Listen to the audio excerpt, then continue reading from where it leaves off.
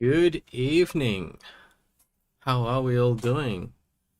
Um, Wondering if maybe I should just gonna like hang around and talk for the first part of the stream. I should maybe let's just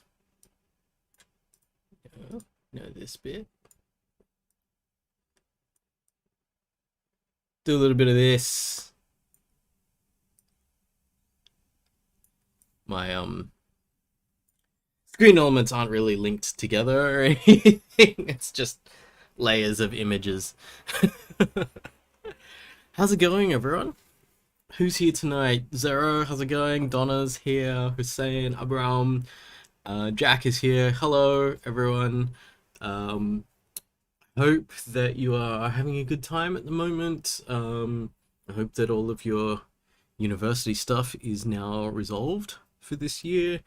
I apologize on behalf of everyone if it is not resolved. I've still got a few people, a few things where it's like, not sure about this mark, and we're like, huh, fair point. Not sure about that mark either. Let's go back over it and make sure, little things like that.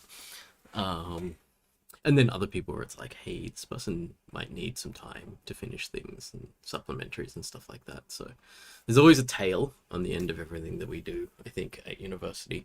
But anyway, hopefully everyone is at least, even if you do have stuff hanging over you, you know that you're not really going to do anything about it for the next few weeks at least.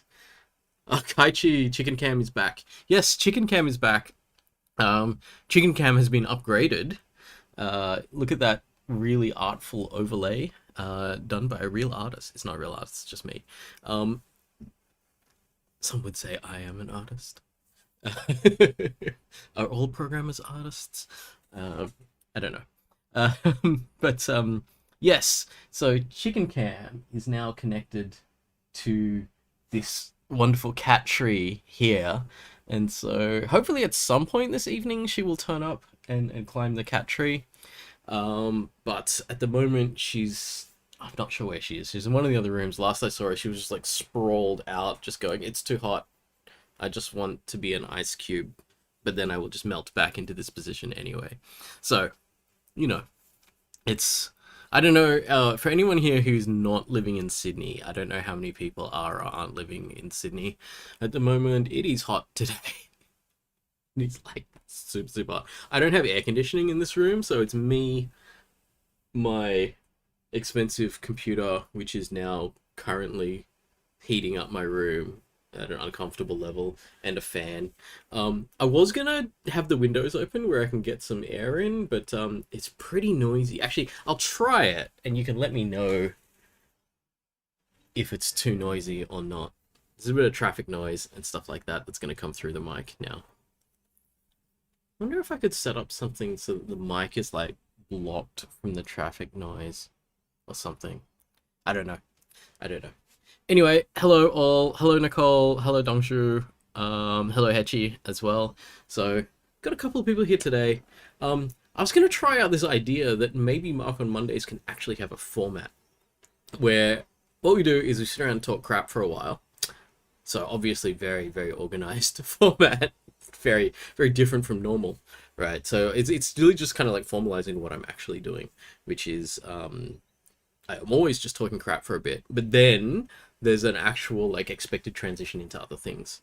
So we start off with just chilling, just chilling, just chatting, see how things are going, and then we can cross over into other things. As you can see today, I already have it in the background. I have the Unreal Engine ready, and I've never used it. I mean, I've used other game engines, so I assume there's a lot of stuff that I will know how to do already, but I don't know for certain. It might even be fun. I'm going through. You can't see it, but I'll show you later. This is like the Unreal Engine Academy, which is like the thing that teaches you how to do things. I don't know whether I should go through that on stream or not, but we'll see how we go. And also, a couple of people are asking about it's like they wanted to watch me play horror games, so I have Alien Isolation installed, and we'll get to that at the end this evening. I don't know how long you have to play in that game before it starts getting scary, and I didn't want to play to find out, because if I already know what the scary is, I think it'd be boring for you. So we'll play and we'll see how we go. Um, Nicole's loving the hot weather. Yeah, I think it's nice. I think we had a lot of unnecessarily um unnecessarily cold and rainy summer this year, so it's nice to have uh a what's-call it, like that kind of stereotypical Sydney summer where like a couple of days it'll hit 40 or something and we'll all just like melt. Suluk's missed last week. Donna says you can't hear the traffic, which is nice. That's good. Welcome back, Sulux. Um, NK Cell says good night from America. Wow, hello. I'm not sure if you know of us because you were a student at UNSW or you've just found the channel randomly, but welcome anyway, or good night. Jack said the classic slide one. Yes, I'm formalizing slide one now. That's why I've even moved my camera to the middle of the screen, because I'm like, if I'm gonna just sit around and talk for the first bit, then I can have my camera in the middle. You can just focus can be on me. Nicole's like more like chicken isolation. Yeah, I was pretty proud of that thumbnail. Let me show everyone. Wait. See, maybe it is worth me just... I'm gonna put myself back in the corner. Yeah, about there.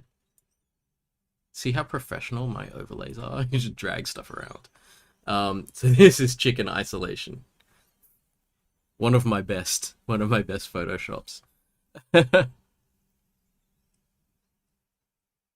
So it looks like Subnautica is a horror. Yeah, well, see, that's the funny thing is, like, I've only played Subnautica for, I'm like 4 or 5 hours in, I think, at the moment. Because I started playing it last week, but then I went off and played other games. Like the Finalize Marks game, which is not a fun game. And, what was I going to say? Yeah, so I haven't really gotten to the bit in Subnautica where things are really, really bad. Like, I got attacked by a little shark thing, but it didn't really do that much. Didn't cause that much hurt, so I was okay. But anyway, this is the chicken isolation. I should have changed the text. But then I would have to put all this work to replace the background and stuff like that. But I think it's good enough as it is. Olivia likes my photoshopping skills. It's not even Photoshop. It's Microsoft Paint. It's so dodgy, but I enjoy it nonetheless. I think if I try to be good at it, it's gonna get worse. You know those kinds of things where, like, if you're bad enough at something, it's funny. And then if you want to be good at something, you've got to be quite good for it to be interesting again. And there's a gap in between those things. Funny because you're bad at something, then learning, and then being good enough at something to be impressive. When you're in that gap in between, it's like the skill uncanny valley, which is different from like the uncanny valley of like visuals and stuff like that. But I'm thoroughly on the other side where I think it's still funny. I heard something really funny about the uncanny valley as well. So I don't know if people are familiar with the term. Uncanny valley is where you have, I mean, nowadays people talk about it in CG, and it was previously just any kind of effects and things like that, which were, if you had something that was human-like, and looked enough like a human to kind of freak people out, so you couldn't tell that it was fake, and part of you could tell that it was real, and you're this in-between state where it's kind of fake and kind of real, and it freaks us out. It makes us scared. I heard something really funny about that the reason why Uncanny Valley exists is because humans have instinctively, like, evolutionarily developed a fear reaction to things that look a lot like humans but aren't quite humans. And so, like, I thought that was really funny because the implication is that somewhere in the past on Earth there was a creature that could mimic humans and would probably kill us or something like that, and that's why Uncanny Valley exists. That's why we're scared of things that look a lot like humans but something's a little bit off. So, yeah, pretty funny. Zero has a weird request. Would you mind explaining Radix Sort during the game dev phase? Radix Sort? I'm gonna have to look it up. I can't remember what Radix Sort is. Is that the one where you flip things? I can't remember. I'll look it up. Don't expect me to just know everything. Also, I'm done for the year. This will be the last technical thing I do for the year, other than just like calculating what I want to do in my games and things like that. That's very important. Like how much resin I have for Genshin Impact and what I need to do with that resin to get the right resources to level up the right characters. That's very, very important. But we can talk about that. Jack says you're at your sister's at the moment. She just reminded you we had a chicken named Turtle as kids. Cat named Chicken and a chicken named Turtle. Let me show you some stuff that I've been doing recently. I will bring this Marc camera back. This would be much easier if I'd made these into one element instead of like dragging them around separately. Or even better, I make this into two separate screens and I can just flip back and forth between me and the middle and not, but you know, I haven't. That would involve some kind of preparation and me working on this stuff. Nicole said, prime example, Uncanny Valley CGI baby from the last Twilight movie. Oh, I haven't seen the final Twilight movie, so I don't know what the CGI baby would be, but just placing the era for Twilight, that's not a great era for CG. It's just before deep faking, kind of. So it's just before we really got to the point where we were like leveraging really good AI for human-like CG. So I could see why it would cause you some issues. So I've been doing some painting. Let's see whether you can see this. Hey, it focused. I've been playing these little planes from the Warhammer universe. It's for a game called Aeronautica Imperialis, but that's a mouthful, so we don't have to say that. They're just little planes. Let me see if I can get the focus up close. Not really. But I've been doing it with this kind of synthwave aesthetic, so they're purple fading into blue. This one's fun because the wings actually move. There's not usually moving parts on many Warhammer models. I've got this other one here. This one's a bit bigger, so you can kind of see it more clearly. So I'm going for this kind of like electric outlining, like the hot pink and the electric blue with those backgrounds. So that's a lot of fun. Insert Superman moustache. Halogen missed last week as well, but you are back. Nice to see you. Well, I can't see you, but you know, I'm just pretending to see you. I'm looking through my camera. Oh, you're excited for the chicken cam. Chicken's not in here at the moment, but I am sure she will come through at some point. Let's see how we go. I'm wondering. It's really funny how I was like, okay, come up with this format for how I was going to do things, and I kind of already want to just go into things. But let's do this thing. All right, so we're talking about game dev kind of stuff, and I want to talk about it. I don't want to really go into the engine yet. I've got this fun thing. Wait, where is it? Just an open document here. So looks, what was in the stream last week? I don't know. Talked a lot of crap, as I do. We talked a lot about games. I played a bit of Subnautica. I can't remember. I actually can't remember what we were talking about. So anyway, let me... So funny that I keep readjusting this thing. Put myself back in the corner.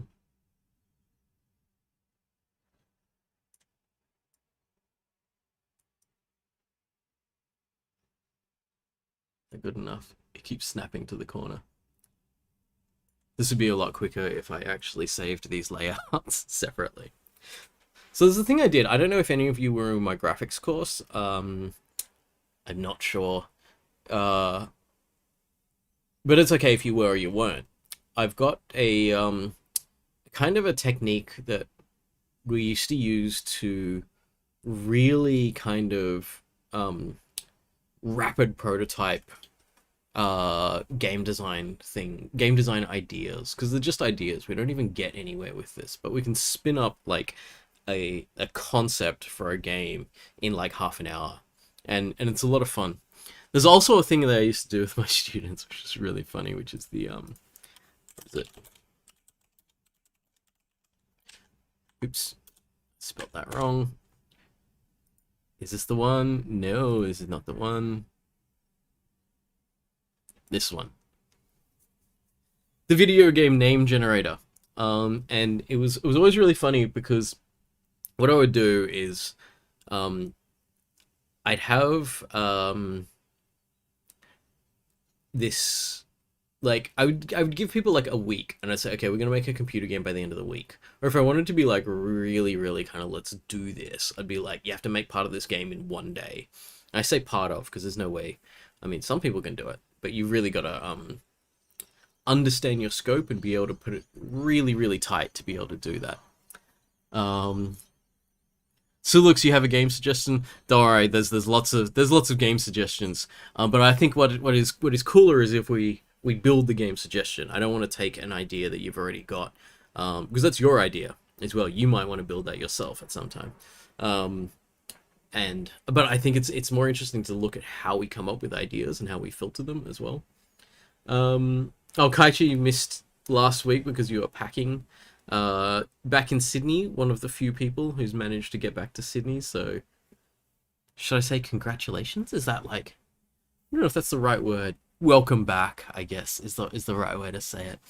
Okay, so what I would say to people is like, okay, I'm gonna give you a seed with which to start developing this game, and that seed is going to be based on a random video game name.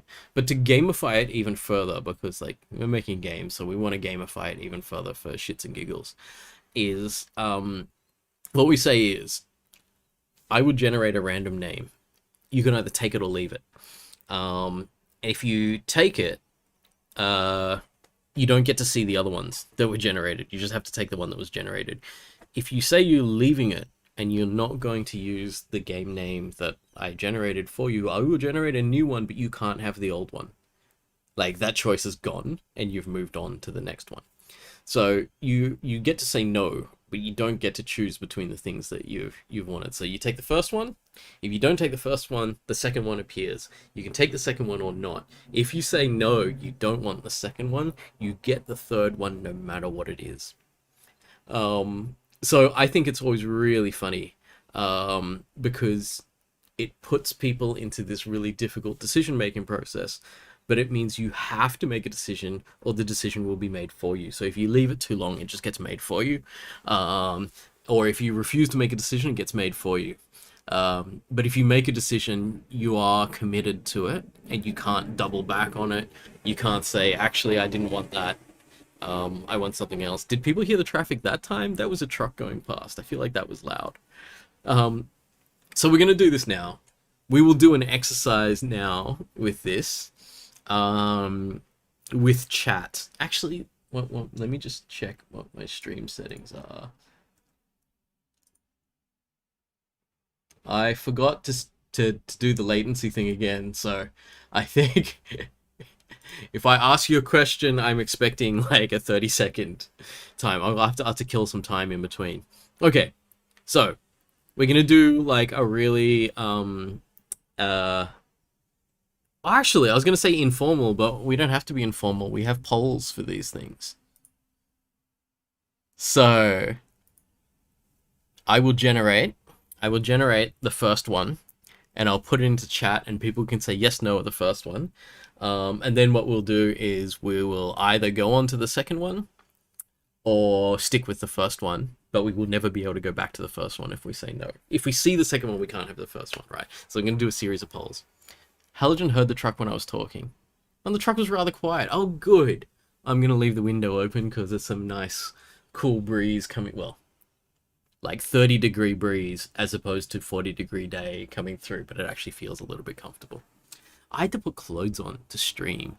Do you know how, like, you know how difficult that is? Anyway, I had that for the meeting today as well. It's like, oh, I have to put a shirt on. You know, it's just so hot right now. Okay. Make the first one. Wacky Penguin Commando.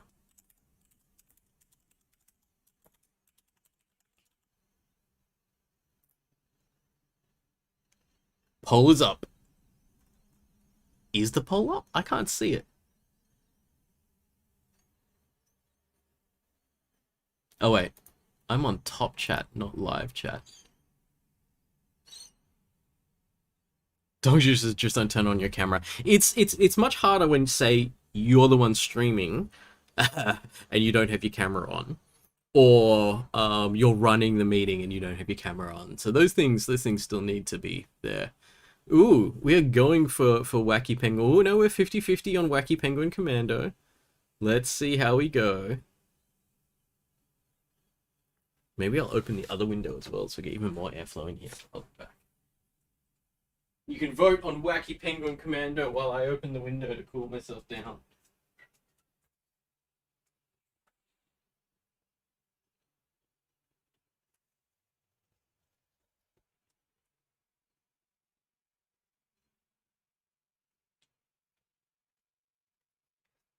Okay.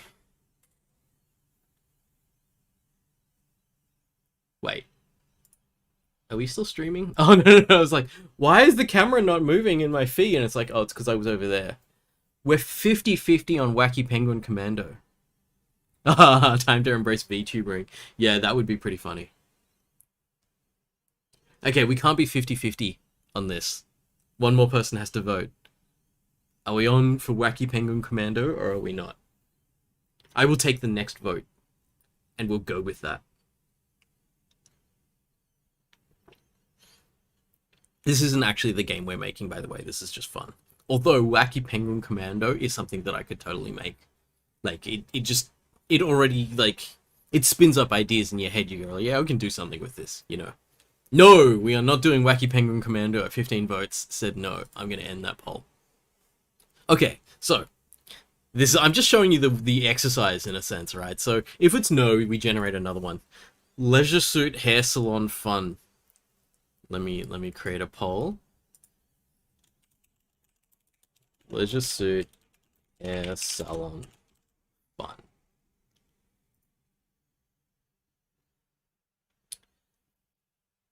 So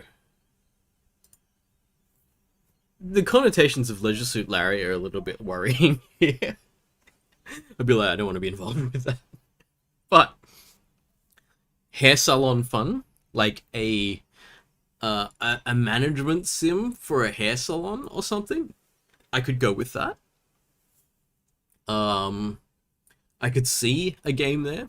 It's a harder game to make than Wacky Penguin Commando because I find like management sim games or all simulation games, they take more work because you can't just go, oh, this is a first person shooter and we drop stuff in.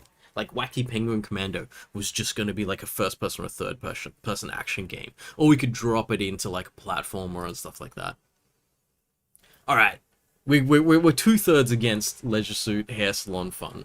I'm happy to leave it there. That's enough people that we don't need a decider or anything like that. So I'm gonna say no to Leisure Suit Hair Salon Fun. And the funny thing about that is now we reach this point where it's like now we no longer have a choice. The next name that comes up is the thing that we would have to go with. Ooh. Gothic Arcade Tale.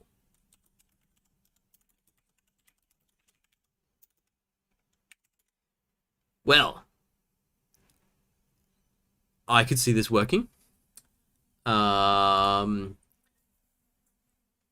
You know what I'm seeing in my head for this game already is Gauntlet. Gauntlet old school arcade game, top down, RPG, fantasy RPG. That's where we're going to take the Gothic and just kind of shift it in that direction. But it's an arcade game. And it's like a role playing game as well. So it's got the tail thing. So it's like, it's got something. Logan, I wouldn't even pick the game up in the shop if it's called in this kind of name. Nicole's like, I'm okay with this. Halogen, honestly, the best one. So yeah, so this is the kind of thing that we could do. So I just wanted to show you this example. Maybe people were saying no more often to force us into like seeing the whole sequence. So the other thing is like, when you get one that's kind of going to work early on, you have to take it. And I actually find this to be a really, really good educational process for people who are going to go through creative analysis paralysis, right? Because a lot of the time when we're making things in a creative sense, we second guess ourselves a lot, and good enough is not good enough. You know, we start to think that things have to be perfect and things, and this exercise pushes people into be like, no, you take it or you leave it, and if you leave it, it's gone, and if you take it, it's yours. You know, there's no other option. You have no option but commitment to these things. Uh, Olivia saying Castlevania, Gothic arcade tale. Yeah, totally. Castlevania is a very arcadey kind of game. Like that genre, the what's now called the Metroidvania genre, because apparently there were only two games in that genre. Um, it was really well suited to arcade. Heaps of side-scrolling 2D arcade games exist from that era. I wonder why Prince of Persia got left out of the Metroidvania. Oh, it's not quite the same, is it? I feel like the grappling hook is like a is one of the fundamental parts of the Metroidvania style. I don't think I've ever played any of those games either. Maybe I should get what's the newest one? The newest Metroid. I heard that was quite a good game. But I have not played my Switch in months. I think the last time I played my Switch was before I started doing the graphics course, and I got, you know, chained to my PC again. Okay, so that's the idea. I don't know if we want to go with this. We could potentially go with this, or we can do the process again. Now that you've seen the process, we've had a trial run of it. We can do the next one for real, and then we can go, okay, let's take that name. We'll use that name as the seed, and we'll start actually designing Metroid Dread. Thanks, Sam. We'll start actually designing the possibility of a game using this name as the seed. Okay, let's do it. First option: Nighttime Spelunking GT. Why GT? I guess that's because heaps of games will have had the word. See, this is just really funny, because it's just a word that gets sort of like GT gets attached to a bunch of games and other things like Dragon Ball GT, and like you could consider Gran Turismo the entire game to just be GT. Sam said it's funny that Metroid Dread is good but slightly disappointing as a Metroidvania. That's ironic, I find. And Halogen saying, yeah, Castlevania maybe is too long for an arcade game. There, it's so weird though, because there's some arcade games that are like incredibly long, like unnecessarily so. Like, if you sat down to play with unlimited coins, it'd take you like, you know, 6 or 7 hours to play through it, and it's like, whoa, that's chill, you know. I was playing some arcade games recently, actually. What was it? Aliens vs Predator was one of my favorite arcade games. We used to do like those time zone pay once for unlimited credits days, and we just hop on that machine with a bunch of friends and try to finish the whole thing. Okay, so Nighttime Spelunking GT. We've got a 50-50 on that at the moment. Wait, it's going towards yes. And the beauty of this is I'm not going to press the generate button to see what we would have gotten in the next few. We're going to be committed to this once we're doing it. Oh, we're still back to 50-50. 14 votes have been cast. I think there's 18 people in the channel at the moment. Oh, there's another yes. I'm going to give you a little bit more time, and this might be it. This might be the thing that we're going to work on, and we're going to, I don't know what I would call it, practice game production with it. I've been thinking about doing a university course like this, where the first thing is just this. Drop people in and teach people how to design a game and put it into production. I thought it might be interesting. Kind of, you can tell is why I'm doing this. It's like, I use the stream to test out things. Even though I'm not working, I'm kind of working. Alright. It's a yes. That's what we're doing. Nighttime Spelunking GT. Copy that.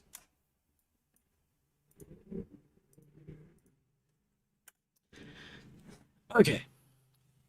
So, This was really close. So I can tell people were very 50-50 about this because it was only one vote difference. Actually, you can see the results in a second once they pop up. Oh, they'll pop up in a second.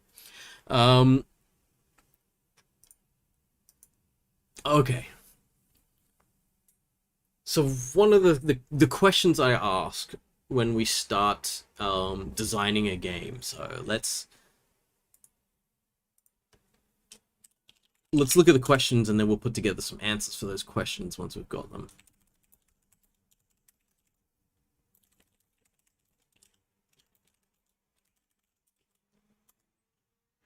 So the first thing, yeah, now to decide what GT stands for. I have to be honest. I have to be 100% honest. I was about to just delete it. Like, I have no idea how GT fits. Let's just search GT and see what we get. GT Gaming. GT is a bicycle company. Oh my god. Nighttime spelunking on a bicycle. It'd just be like so much pain. Ford GT supercar. Nighttime spelunking in a supercar. Because that's what I think GT is like Grand Tourer kind of thing, right? Grand Tourer. It was, yeah, Grand Tourer. But there's also GT bicycles. So that's where we're going with that. We don't have to stick. Also important that this is not the name of our game. It is the thing that sparks the seed with which to get us creative and thinking about making this game. And I think that's very important, right? We've got to remember that what we're doing is opening up our creativity. So the committing to the name doesn't have to stifle our creativity. It just gives us options to do things. Let me just... Pretty sure you won't be able to read this at the moment. So I'm just going to zoom this in. Lots. That's awkward. No, I'm going to leave the interface the size it is and crank up the size of the text. You can get big.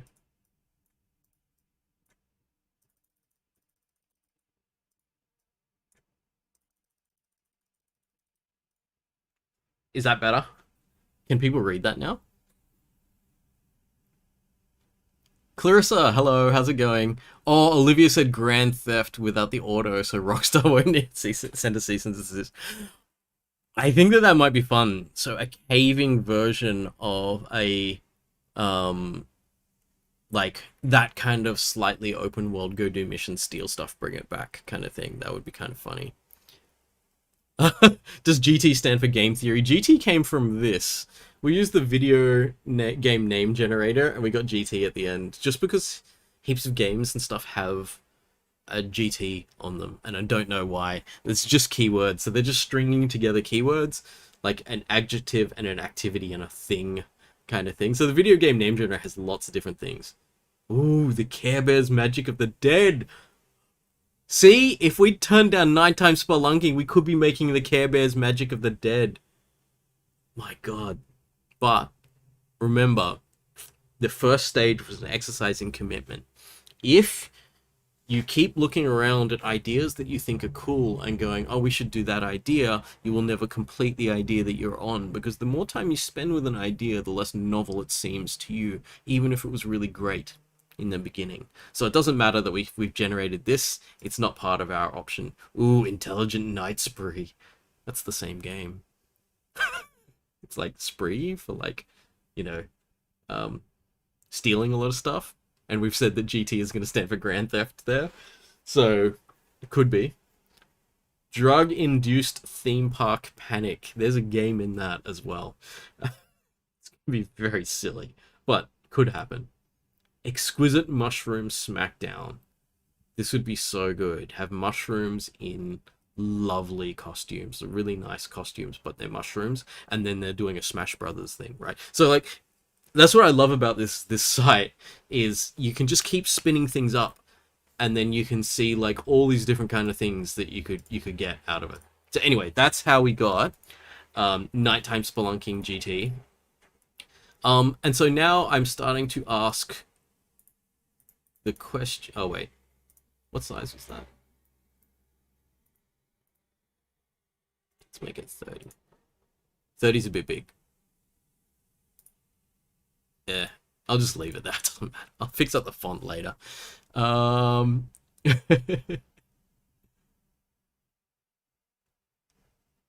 are people saying there? Edels is saying, not safe for work cars like the movie game with Forza level graphics. That would be so funny. Like the cars like having eyes and talking to each other and stuff, except they're hyper realistic. Have you seen like the realistic Simpsons?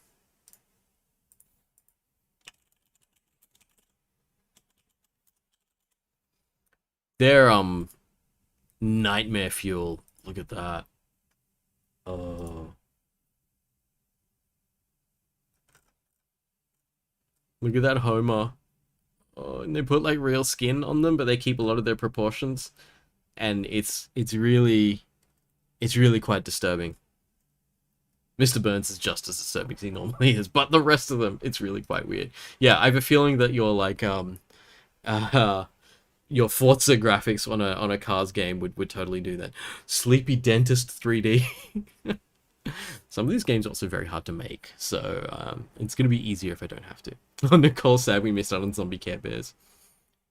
Like, Mark, I thought you said you weren't going to hit the button. I wasn't going to hit the button as like a thing, but I just hitting the button to show people what it was. Okay, let's put it away. Otherwise, it's kind of fun, and you'd spend the whole night just looking at possible game names and thinking, oh, we could make that, we can make that, we can make this, we can make that, we can make anything, right? So, questions. What's the setting? Where does this happen? Is there a character? Do we control them?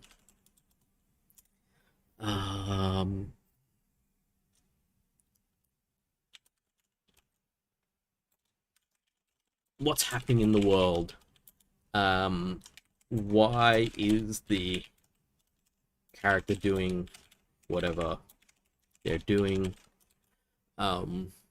If there is a character, you know, so a lot of times there's not a character. Like heaps of games are like, you have an environment and you do stuff with it, or you're like this kind of unseen hand of God that hovers above everything and builds things, you know. So there isn't always a character, but sometimes there is, and I think we can kind of start with these, and we start building up an idea of where this kind of goes.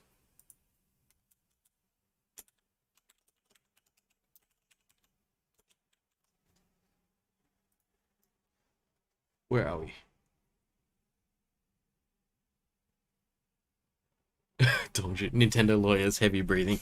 Yeah, well, we're not, at the moment, not ripping off anything. But, you know, when it comes down to it, one could say that pretty much all games are ripping off something. There's obviously a series of games at the very beginning that weren't ripping off computer games, but I dare say they were probably ripping off other games or other ideas that already existed. Heaps of games are very much tied to existing tropes, whether those are film ideas or whether they're from books and things, or they're really common sci-fi things that happened. I always laughed at Fallout 3 because it was like a sci-fi trope, this kind of post-apocalypse thing, but every little town you went to was another sci-fi trope that they just explored for a very short kind of like 45-minute playthrough section. And I thought it was really interesting. They took like all the famous sci-fi novels and made a town for each one of them, and you go in and you see this thing. It's really cool. Speaking of awesome sci-fi novels, have people seen Dune? Because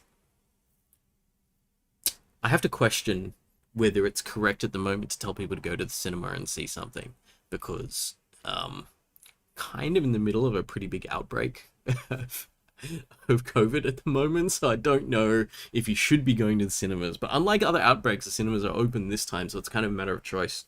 Also depends on what your vaccination status is. From what I've heard, third jab is good, but very few people have it so far. But, you know, I just follow advice. I'm not going to make decisions for anyone. But we saw Dune in the cinemas, and it was amazing. It was so deep and so powerful and just felt so big. There's something just that kind of really,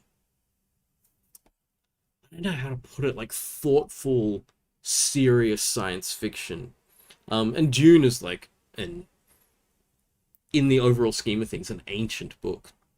When you think about it, I think it was released in the 1960s. And so many things from later eras of sci-fi are based on parts of Dune. So there's a lot of really interesting stuff there. I mean, like, one could say that a lot of Star Wars is based on Dune. And a lot of the feeling that goes into the kind of large-scale world building, unstoppable politics, and all this kind of stuff comes from Dune. So I think it's really cool. It's really fun to watch. Clarissa said, can this be a match 3 game? It could potentially be a match 3 game, yes. Hussein, Dune, very good. Worth dying for, to be honest. Let's not commit to that. Nicole said, you really want to go see Spider-Man No Way Home, but so paranoid to go to cinema right now. I understand. I fully understand where you're at. I kind of want to see Spider-Man as well, but not enough. I saw Dune when we were in that little gap. We were like, hey, everything's opening back up. Omicron's kind of somewhere in the world, but we're not too worried about it. It was already in our society by then, but we were kind of not too worried about it. But now it's kind of like, oh, we just went up to like the highest numbers of COVID infections that we've ever had in Sydney. And so it's kind of like, I don't know, I think that the deal is like, if you're vaccinated up to the hilt, then you don't really need the society-based precautions anymore. I don't know. I would have to actually look at all the health advice before I start saying anything in particular. So, anyway, go see Dune. Very, very good. And also, I think the new Spider-Man movie is probably going to be really cool. Not cool enough yet for me to go out. My family, some of my family who live in another state are coming down for Christmas. And yeah, I really want to see them. And we were going to go out a lot and stuff, but I don't know if we're going to anymore. We might just be spending time in my parents' place. But I have a feeling it's still a bad thing. It's like all of us seeing all our families and stuff, and it's just like we all come together somewhere to see our families, and we all go back home. So if there's COVID anywhere, it's now going to be moving around between states in Australia, which is awkward. And all of us who really want to see our families, haven't seen them for a long time, we all apologize. We're probably still going to see them, I think. I think most of us are going to be a little bit like that. Yeah. I don't know. Okay. Olivia can't be bothered to watch movies in general, loves reading spoilers and Wikipedia summaries. Sometimes when you just want that story hit. Olivia, do you just watch all lectures at double speed, or you don't even watch lectures? I have a feeling.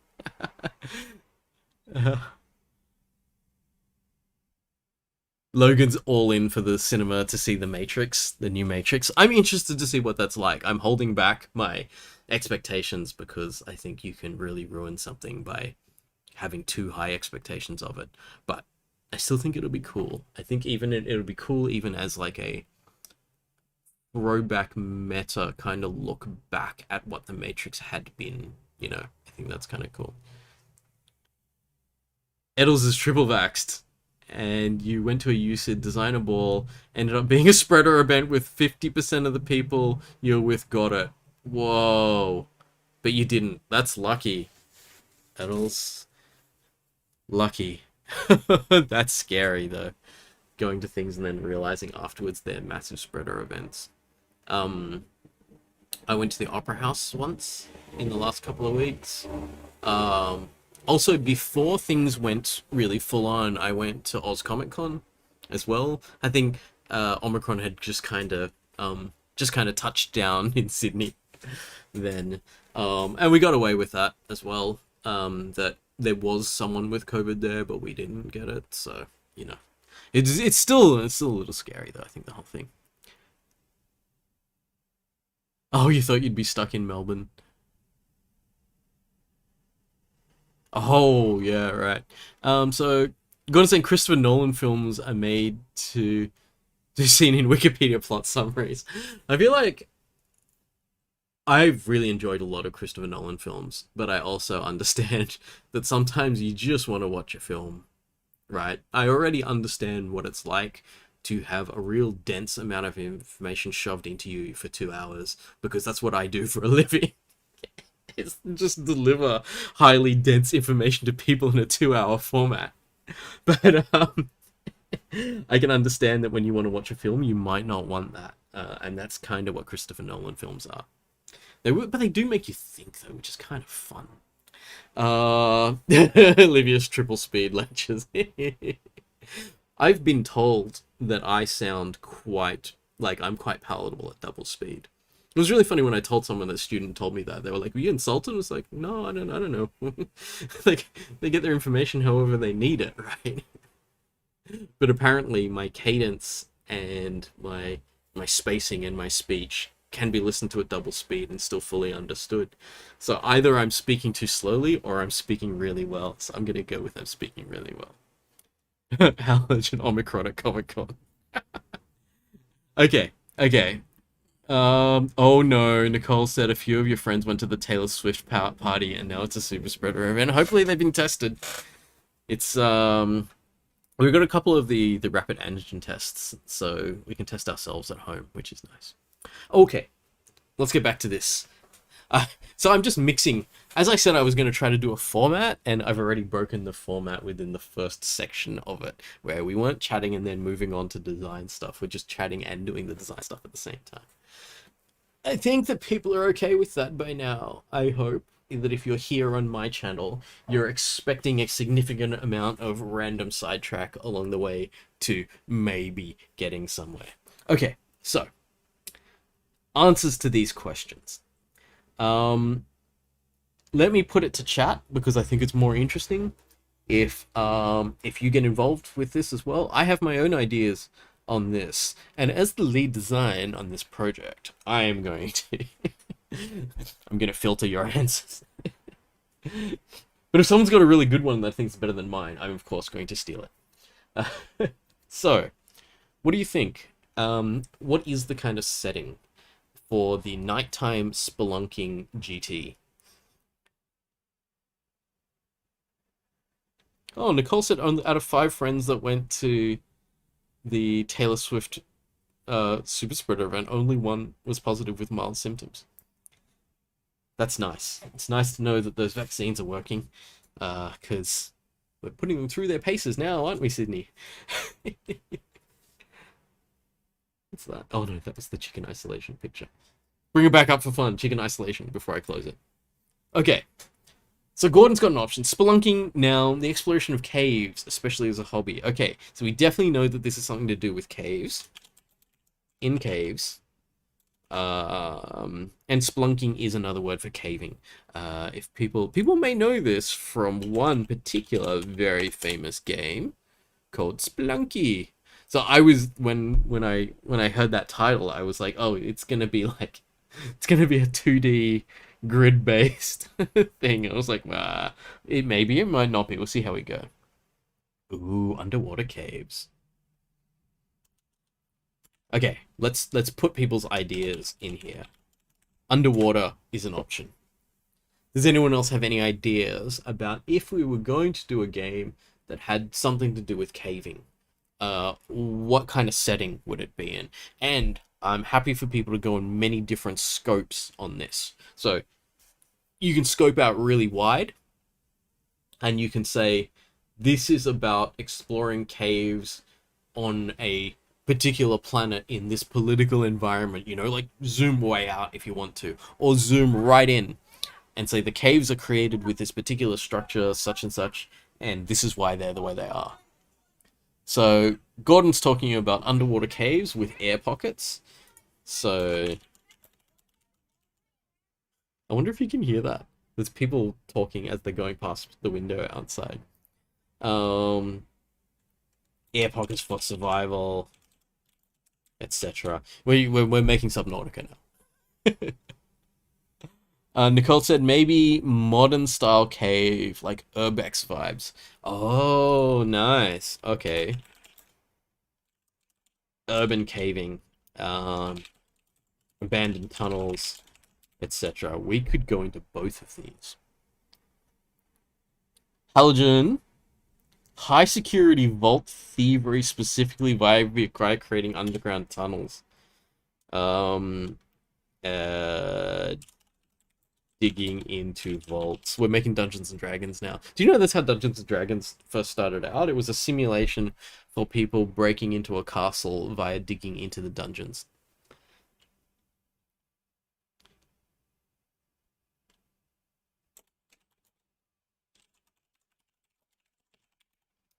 This is all very cool. I do like where people are going so far. This is like super interesting. Olivia says roguelike returnal vibes. I'm going to actually, you know what? Thank you for saying that. You're reminding me of more questions.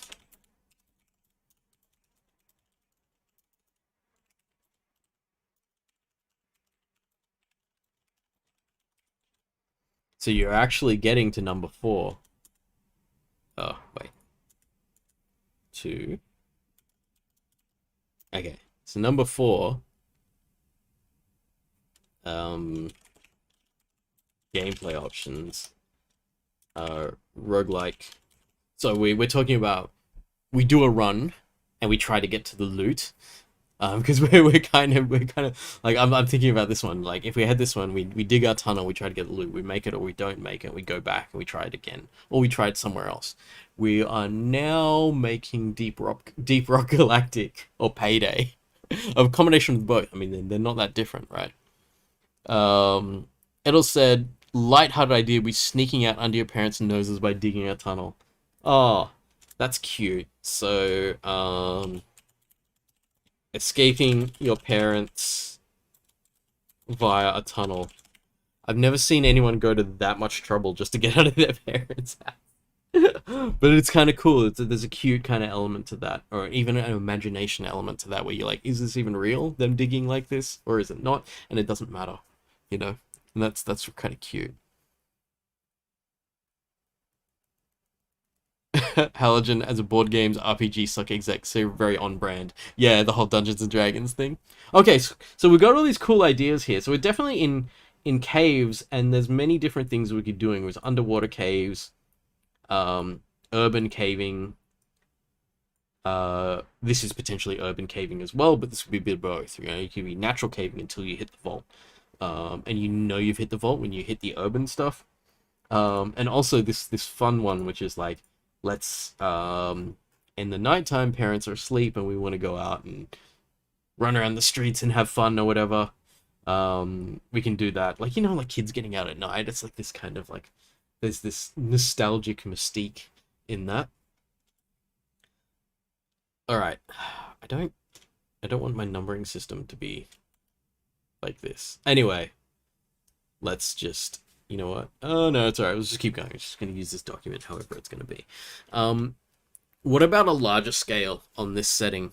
What is the world like? So one option is, oh,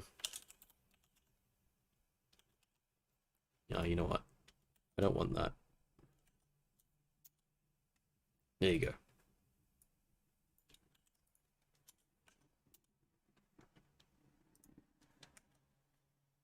No, I want it to start a new. Anyway, let's just type stuff. So there's a few options for what the world could be. One of them that we've seen is I'll do one of these. Yeah, small world.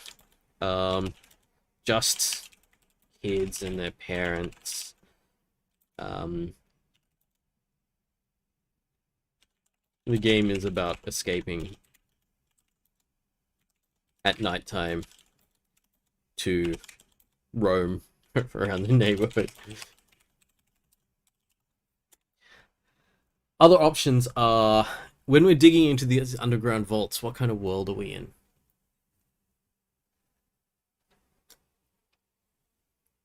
The urban caving can have a similar thing. The underwater one with the air pockets and stuff has way more options, because that's just a physical environment. And we could attach this underwater idea to all of these other ones, and it would still work. So urban,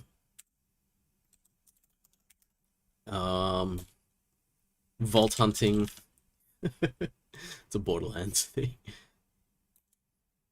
I'm wondering where this is set. Let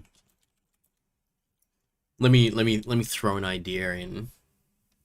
That this is maybe set in a present day career criminals heist movie feel. So that really gets us to like Payday Underground kind of thing. But maybe we're not doing combat in this game. Maybe it's all about underground navigation and digging and things like that. Because we could have taken this and shifted in a completely different direction and gone like Deep Rock Galactic, where it's like we're on another planet and we're dropping miners on this planet that are going to try to get the resources from the planet, that kind of thing. So there's a few options here. There is also the other option of just like we're on a planet far away from Earth where the only breathable oxygen is in pockets underneath the surface of the ocean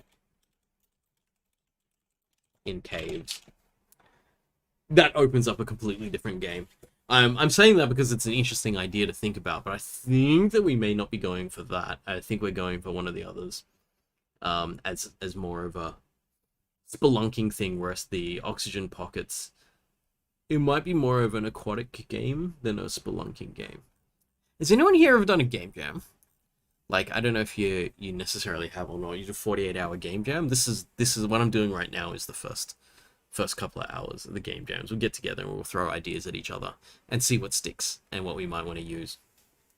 Okay, so we've got these ideas. I'm not going to pick one yet. Or maybe we could.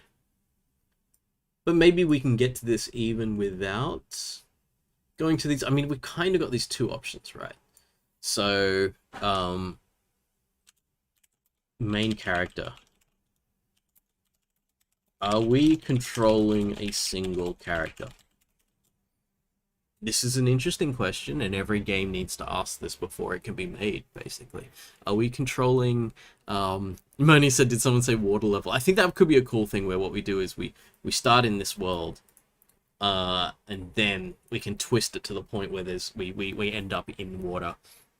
And that's like a difficulty level that we would add in after we've kind of shown people the game, in a sense. Like played for the first, say, 6 hours in the game, and then they have to deal with water as well.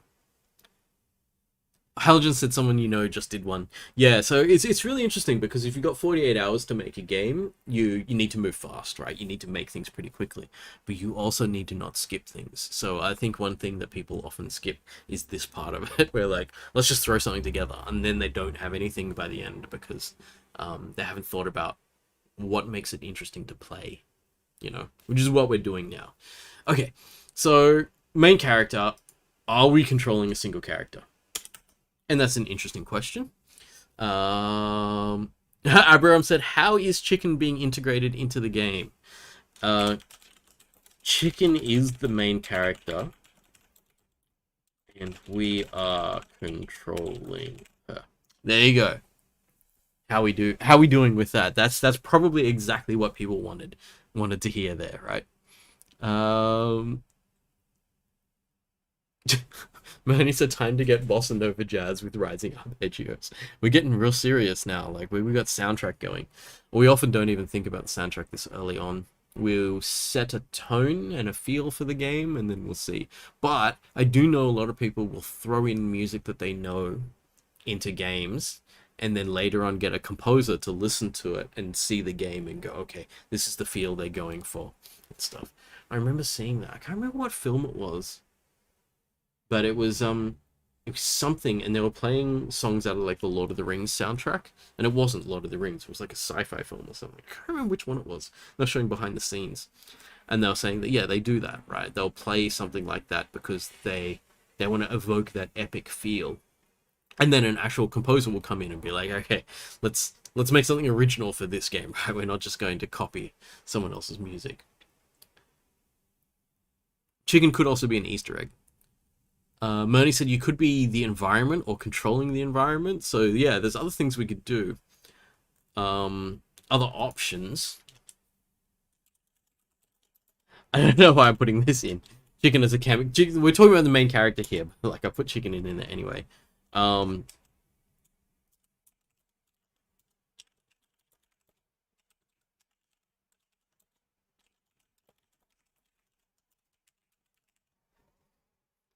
If we go for something like this, if we go for something like we're controlling the environment instead of the character, we are committing.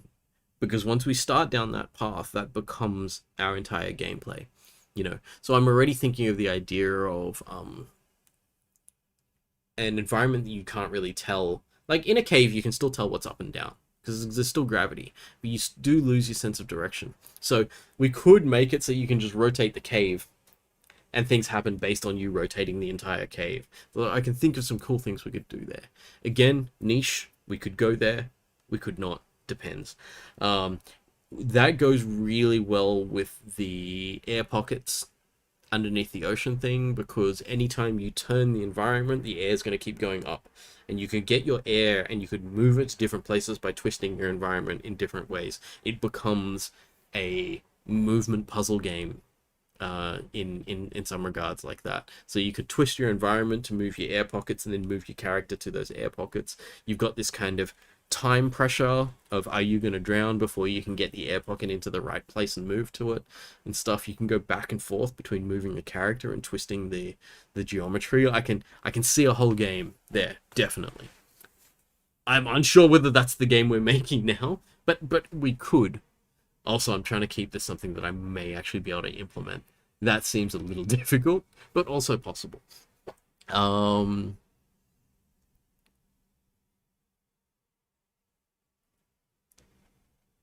So where are we? Where we're at?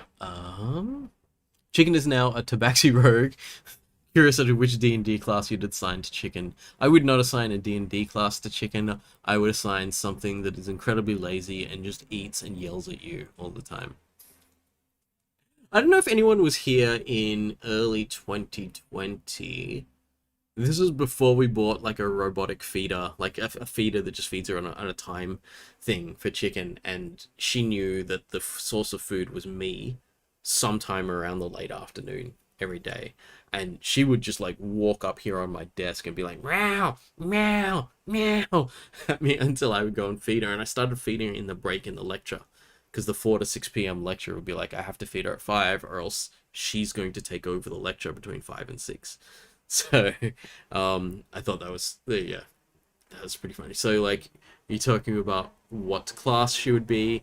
Maybe she is some kind of bard, someone who sings all the time just to get food, you know. So what were we saying? Olivia's saying Chicken sneaking out of home at night to wander around and chill in caves. Ooh, that's interesting. Or finding the best cave to hide her favorite toys. Oh, Moni's going dark. Cave's trying to guide kids to the bottom of the cave, and then you have a plot reveal. Perhaps you trick the player into causing the kid's death. That's cool. That's some dark stuff. But also, dark stuff is quite interesting. A lot of people like that in games. Chicken is the final boss. And Zera says Jordan wakes you up every morning by just meowing at you. Yeah. If it ends up a roguelike, then Chicken could be the shopkeeper. That's cute. Okay, so there's a lot of different options. We might end up just going for something simple, like Chicken is the main character, and we can control Chicken in the cave. We need to, if Chicken is the main character, we need to figure out what she is doing and why. Like, yeah, why is the character doing whatever they're doing? Okay, hang on. What does the character do? So we had an option there, which was Chicken is digging tunnels.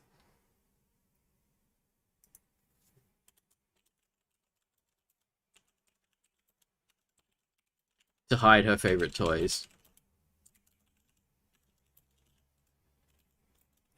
or find them.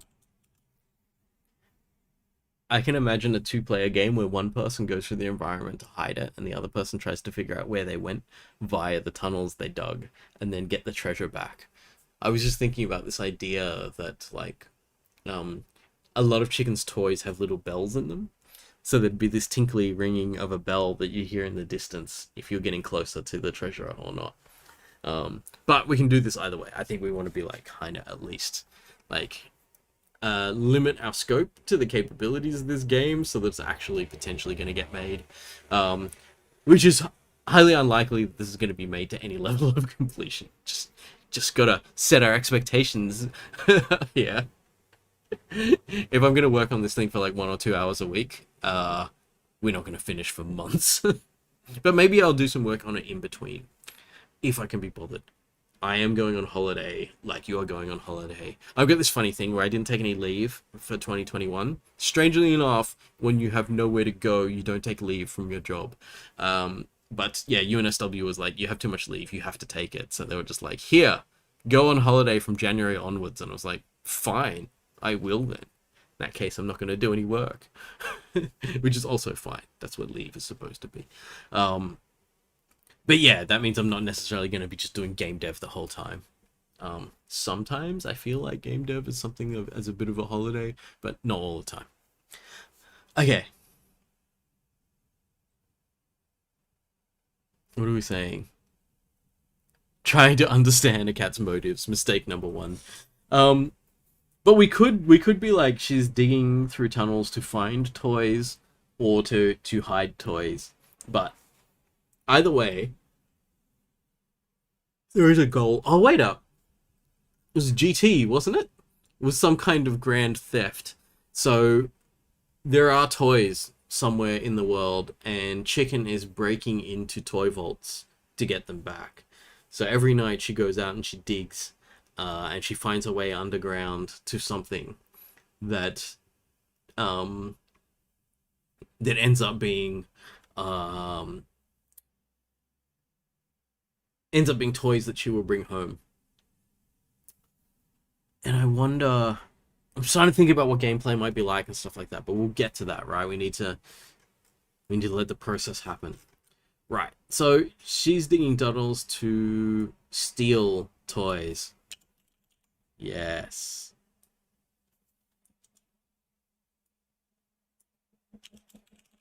To bring home to play with. Yes. Oh, she's stealing my she's stealing my my painted figurines and stuff like that.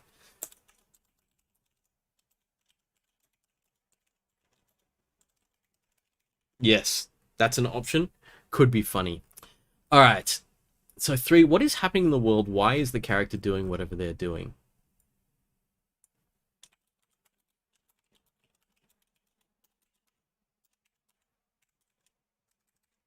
Why you do this, Chicky? I'm going to voice the owner, cat owner. I mean, the cat owner is also me. So why is Chicken doing this? We have reached a certain kind of game here where we don't have to explain it. You know, sometimes when you get games where it's like, this person is this serious, gritty, grim, dark, future super soldier, and they're going to shoot all these people, and then you gotta go, why are they doing this? And then it's really important, because if you don't have a reason why they do this, the game gets really boring really quickly. Is it survival of the human race, or is it like, it's always survival of the human race? We're trying to exterminate some other race, because we're humans, that's what we do. But this is like, a cat is stealing toys to bring home, and everyone's like, yeah, of course she is. And it's like, okay, good, done. uh,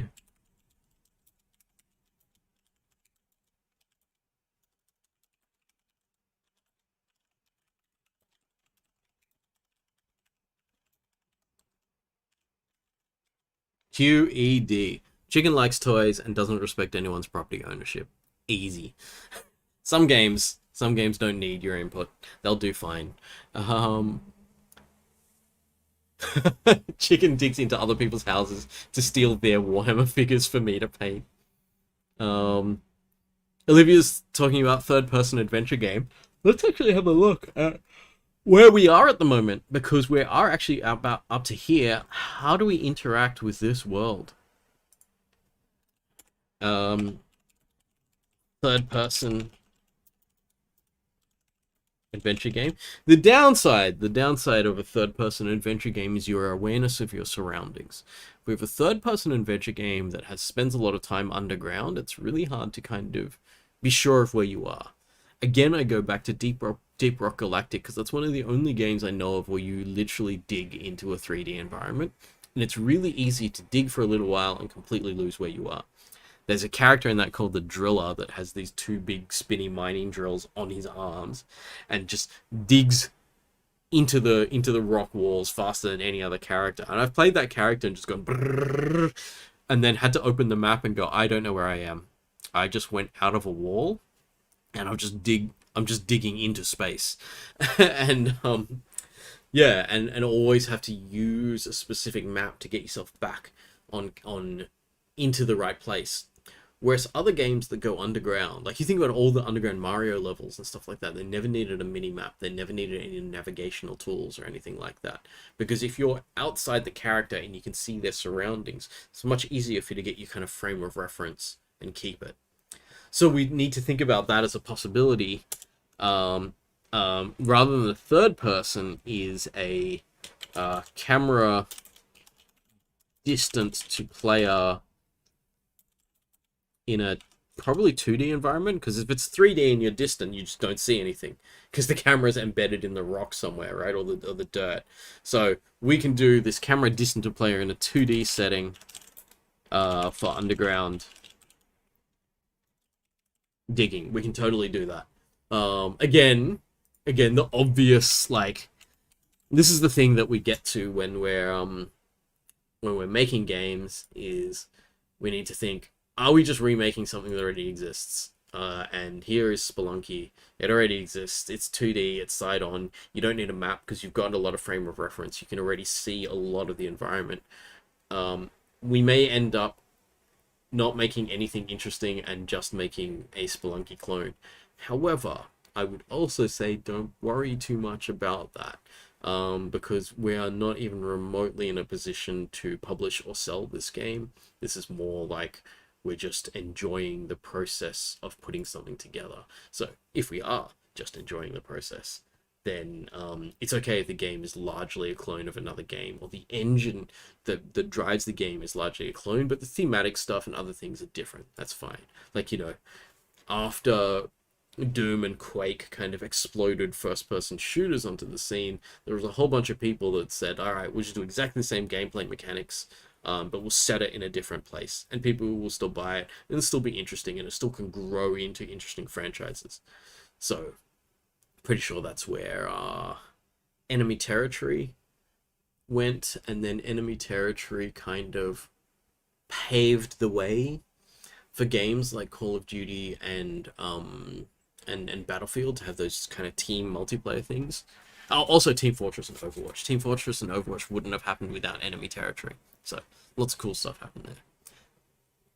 Anyway, what are we saying there?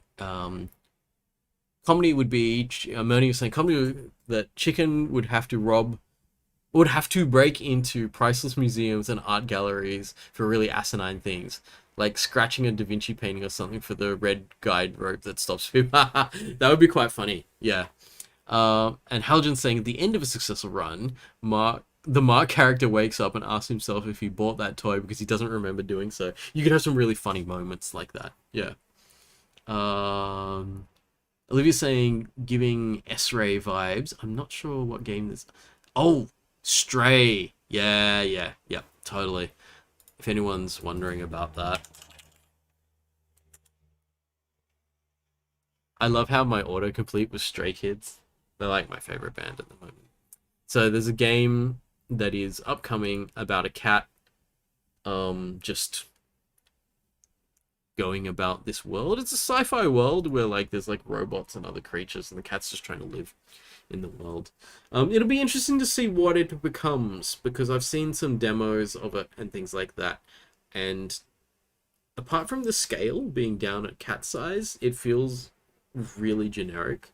Like like I saw them like with this kind of technological translator thing so that they could talk to people.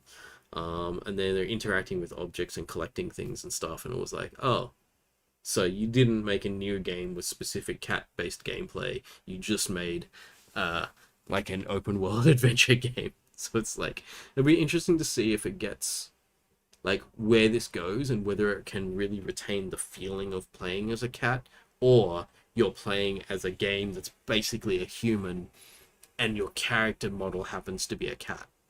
You know, because what I've seen so far makes me think that they may be making that mistake, but obviously more than happy to be proven wrong when it comes out, and it's amazing because it actually has the feeling of being a cat. You know, it's like it doesn't matter if it looks like a cat or not, it's the feeling of being a cat that's the important bit.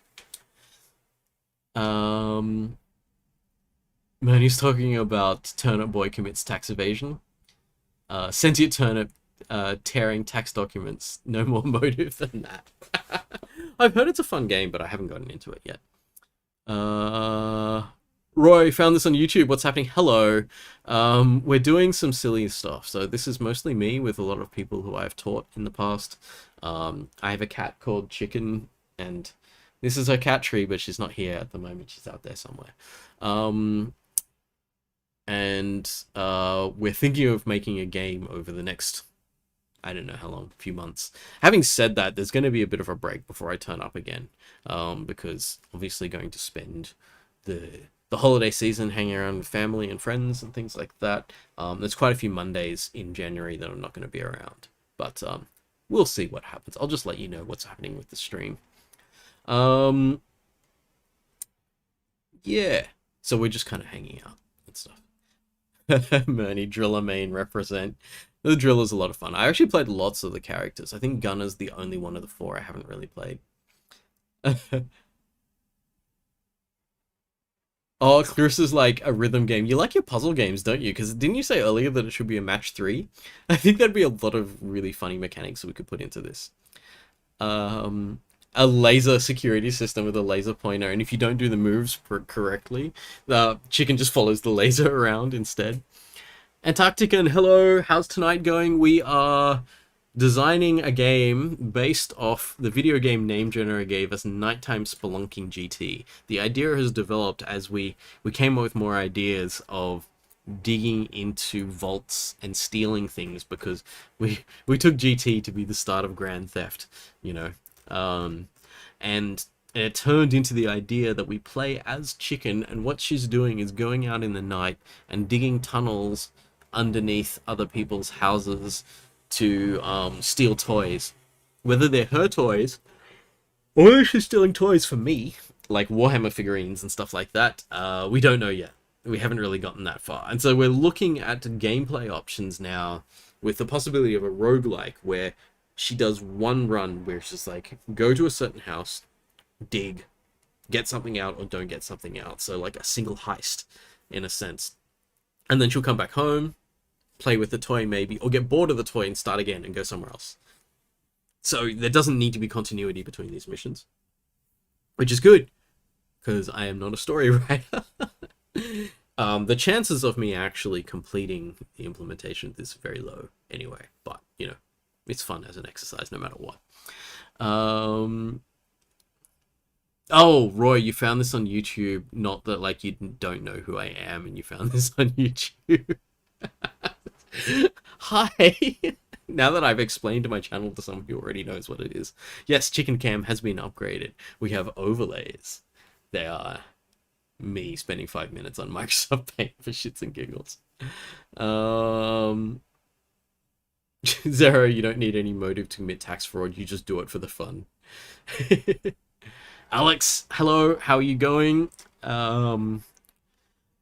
Welcome back, I assume. I apologize. It's really bad. I don't know everyone. I know it's kind of funny that I apologize for not knowing everyone when over the past 3 years I've taught like over 5,000 people. I'm just like, how could I possibly know them all? But still feels like sometimes I still feel like apologizing for not knowing everyone. Because even though I did teach more people than a human can kind of handle knowing, and actually remember, everyone, from your perspective, I still think your teachers should know you. You know, I think that's important for your education, and so it's kind of weird. I will apologize, even though there's nothing I could do about it. Yeah. Can't wait till we get the budget for straight lines. I don't know what the budget for this is going to be, but we'll see. Okay, so we're still thinking about what our gameplay is going to be. I'm leaning towards a really simple thing where we do a side-on two-dimensional game, right? We do a side-on two-dimensional game where Chicken has to go through and do stuff. Cats are really good for this because they can climb and they can jump and things, and so watching a cat's movement from side on gives them a lot more agility than we expect, and we end up with an interesting kind of game where you can actually leverage the cat's movement skills in these tunnels.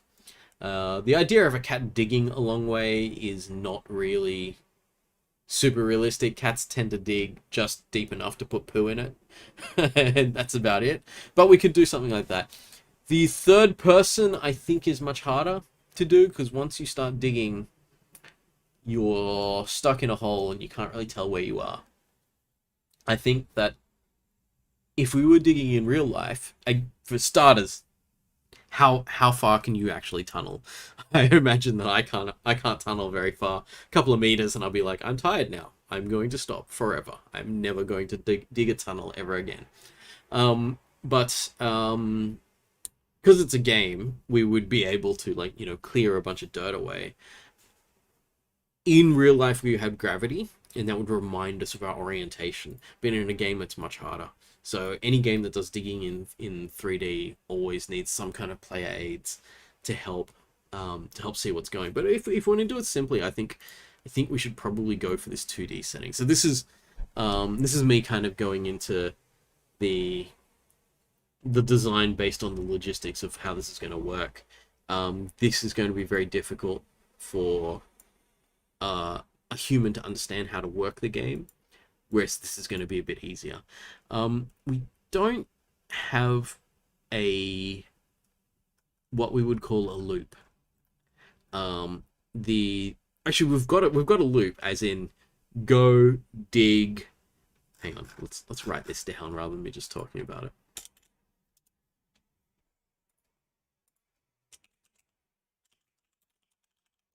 I forgot that I bumped up all of the sizes on things. Me calling this a heading doesn't help. Okay, so gameplay loop.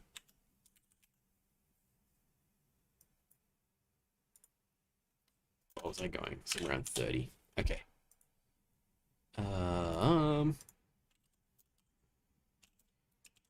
Chicken sneaks out of house. Chicken digs under someone else's house.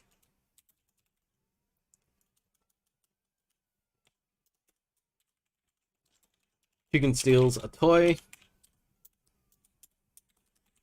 Chicken gets away. Is this something? Are we going to be pursued? Are these toys guarded? Is there some kind of puzzle? These are big questions that we haven't answered yet. Chicken returns with loot. Chicken forgets about toys that are now boring. Chicken goes out again for more. That's where we're at. And this goes back to 1. This gives us a pattern for how a single level or a single play session is going to be. And it gives us a framework, but it doesn't yet give us enough information to say, how is this game played in a single level? Like, what is it that makes it interesting? What is it that that gives you a reason to want to control Chicken and doing what she's doing? So this is a question we're going to have to think about. So what are we saying here? Chicken finds dynamite somehow in order to make tunnels. Chicken stole a special shovel to let her tunnel faster. Maybe just say houses are built on old mines or old nuclear bunkers or cave systems. Yeah, so there's caves already there. and we don't have to dig through much to get there. Um, Tutorial could be falling in and then trying to climb out and appearing in the wrong house. That's fun. Um, Toys guarded by mice. That'd be really funny because they'll be really small, and you've got to like just kind of beat them up. That would be pretty funny, pretty silly. Oh, chicken has a limited attention span, so you've got to get there before she gets bored and tired and then just leaves. So there could be this kind of chicken boredom meter, and then you can fight the chicken boredom meter by doing something. Theme puzzle based on a toy, like a baby toy is avoiding baby monitors, rattling toys wake up parents. Yeah, that seems quite interesting, that each level is designed based on what kind of toys and the level informs the way the level is. But let's look at what our kind of generic gameplay mechanics are going to be.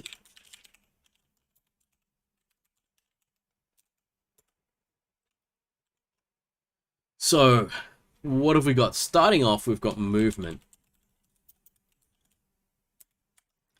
2D side-on. I'm leaning this way. I don't think 2D top-down makes any sense because going into caves always feels like it ought to be a side-on experience. So let's pencil this one in for now. See how we go. So 2D side-on movement. A little. My typing is pretty funny at the moment. A little bit of verticality. Climbing and jumping, etc. Well, that's probably not necessarily bold. Levels are going to be cave systems. Some digging, but also more like caving than digging, I guess.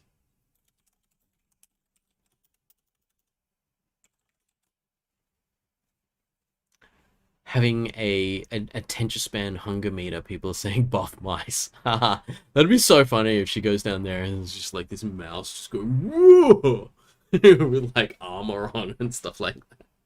I think that would be a really funny joke to have partway through. So you get quite a fair amount of time of just shoving mice out of your way, you know, like, and they're just like, you know, they're no threat to you. And so you've just been treating them like crap the whole way and just shoving them away. And then you hit a level and this one big mouse just goes, no, you have pushed us around for too long. And then you have your first boss fight. That'd be pretty funny.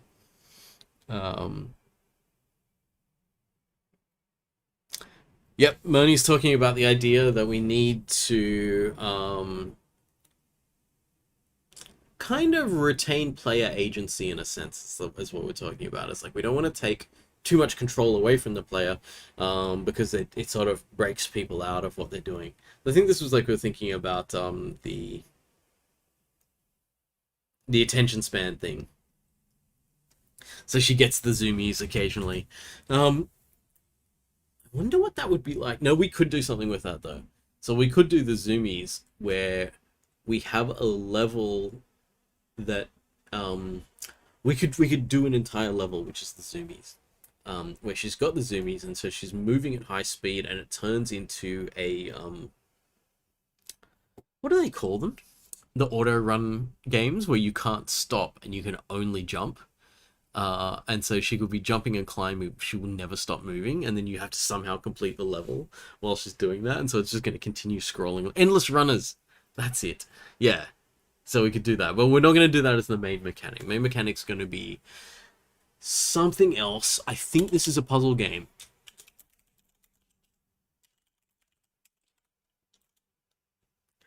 Um,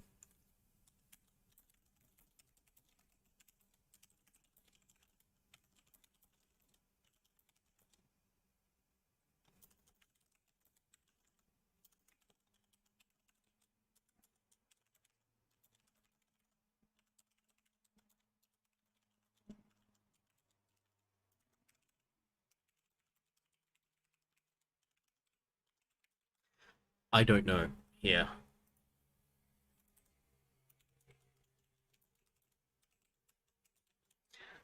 So I just wrote down these questions. I was gonna say them and write a type at the same time, but I was just kind of like, just type. This you can speak afterwards.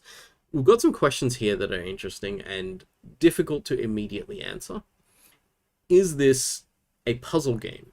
Is this a game where you have all the time in the world, but what you're trying to do is solve this idea, this question of how do you actually get from one place to the next? So you can consider your kind of, I think Spelunky is kind of a puzzle game. I don't actually know because I've never played it, but there's a lot of games like that, those 2D platformers where it's like you have to find a key before you can open a thing, and then you can open the thing, you can get through to the next thing, and that kind of thing, you know? So there's a possibility that this is that kind of game. Or is it a dexterity game? Is it your like Mario or your Super Meat Boy or something like that, where precision controls are what gets you there, and timing is important? So I don't know. I haven't made this decision. Also, not sure I want to make it yet. It's the kind of thing that I want to sit on, think about, have you think about, and come back next stream and give me ideas about what this is going to be. So it's a platformer or a puzzle game. What's the tempo? This is an interesting way of thinking about games. Is I actually have this on my phone. I've got my games in separate categories, and in each of those categories, it's not actually like the genres of the games or the style of the games. It's entirely based on tempo. So turn-based games that don't have any kind of time pressure are in like the turn-based or idle games category. You know, things that just do stuff on their own. And then there's slow games where you get plenty of time to think and decide what you're doing. So you could consider a lot of real-time strategy games, 4X games, and stuff like that to be slow games. Also, any kind of story-based interactive games, like all of the Telltale games and things like that would be in the slow category. And the medium category was like games that took a bit of dexterity, but they weren't entirely based on dexterity. And then the fast games would be like talking about like a platformer like a Super Meat Boy. Super Meat Boy is a very fast game. It's a very difficult game to play, but like you could do games like that as well. So it's interesting. This question is like, what is the tempo? And we would have to decide what is the tempo of this game.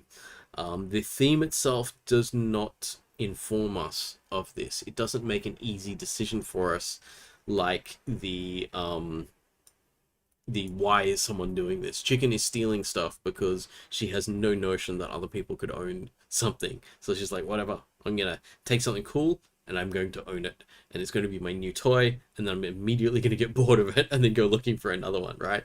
So I think that's like, it's funny. That's an easy question. This is a very difficult question because there's no right or wrong answer to this. It's just something that we would have to decide. And the decision leads us into a lot of the things that we might do with this. So did I answer all of these questions? I guess number 4 is this, like, how do we interact with this world? So this is where we get into this gameplay thing. Yeah, I don't have an answer for this right now, but I actually think that this might be a good point to say, okay, this is where we're at. And I'm not going to talk any more design tonight, but I think this is interesting for people to think about. You can take this to the Discord. I should actually... Is everyone here on the Discord already? Maybe it's this channel. Wait, don't edit the channel. Wait, there is an invite code. Where did I put the invite code? Is it pinned in stream news? Yes, there it is. Copy link. If you're interested, I have a Discord. Although, honestly, I'm assuming that everyone here is from the Discord. But, you know, someone else might see it. I just chucked the Discord link in in chat there. You can come join us on the Discord, and we will continue talking about this, because I think it's actually going to be about, like, it's potentially like 3 weeks until I stream again, or something like that. I can't remember what I'm doing on the early Mondays in January, so it might be a while. So we will have a look at that in Discord, and talk about what the possibilities are for this game, and where we can take this. What we have now is we have a setting, we have a theme, we have a concept, but we have not got a concept for gameplay, and that's something we'd have to spend some more time working on. So Murney said, could we have multiple tempos? Some parts from the opening exploration is slow tempo, but a run back after collecting it is high tempo. Yeah, we could totally do something like that. So we could actually have different parts of this. So this is slow, that's slow as well, and this is like, so this is a stealth thing, this is a puzzle game, this is agility, dexterity to escape, and this is just fun. Having said that, I don't necessarily want to have to design 3 games like I just described there, so we'll see how we go with that. I think the sneaks out of house bit we just won't do, because adding in like a stealth game into this with, like me as the guards with the the predictable patrolling path. You know what the predictable path is? I'm just here at my computer all the time. Chicken can sneak out anytime she wants, apart from the fact the doors are shut. She can't get out because of that. But anyway, I think that is an interesting idea, though.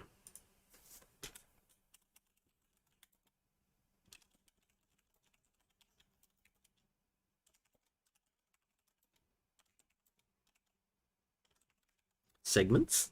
Segments the right word for that? Game sections? You know what I mean. Different parts of the level. Yeah, so let me leave it there, because I think that's interesting. And what we've done is we've got an interesting kind of concept here that we will eventually work on. And I wanted to have a quick look at one of the tools that's used for making games. I don't have much to show on this yet, because I basically installed it yesterday and loaded it up. I haven't had it installed for years, and even when I did have it installed, I didn't really use this. This was not my main game programming interface, in a sense. Like, I used Unity, which is different from Unreal, but from the outside they look pretty similar, so I think I could probably get away with it. So I just loaded up a template that they had, not knowing what game we were going to make. So I just made the first person shooter one, because it's a simple basic thing, right? And so it's nice, because what they do is they show you that they've got bits and pieces in here already that you can move around and stuff like that. Actually, this could be interesting. If I drag this upwards, we'll get to see whether there's physics and gravity running in this game or not. I'm pretty sure there is. So there's a lot of stuff in here for free that we can use. And a lot of these game IDEs, I guess you'd call them, game engines, are built so that you don't need to build everything from scratch on your own. You're going to use this thing, and this thing's got its own physics engine attached. So it's got its own graphics engine attached. We're not going to build any of that from scratch. We can get straight into generating gameplay, in a sense. So I'll just show you, like, oh yeah, we do have gravity and physics. Is that? Hang on.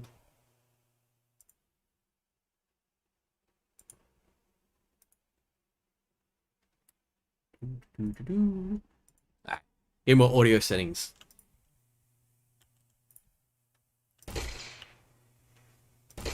Yeah, you'll be able to hear that.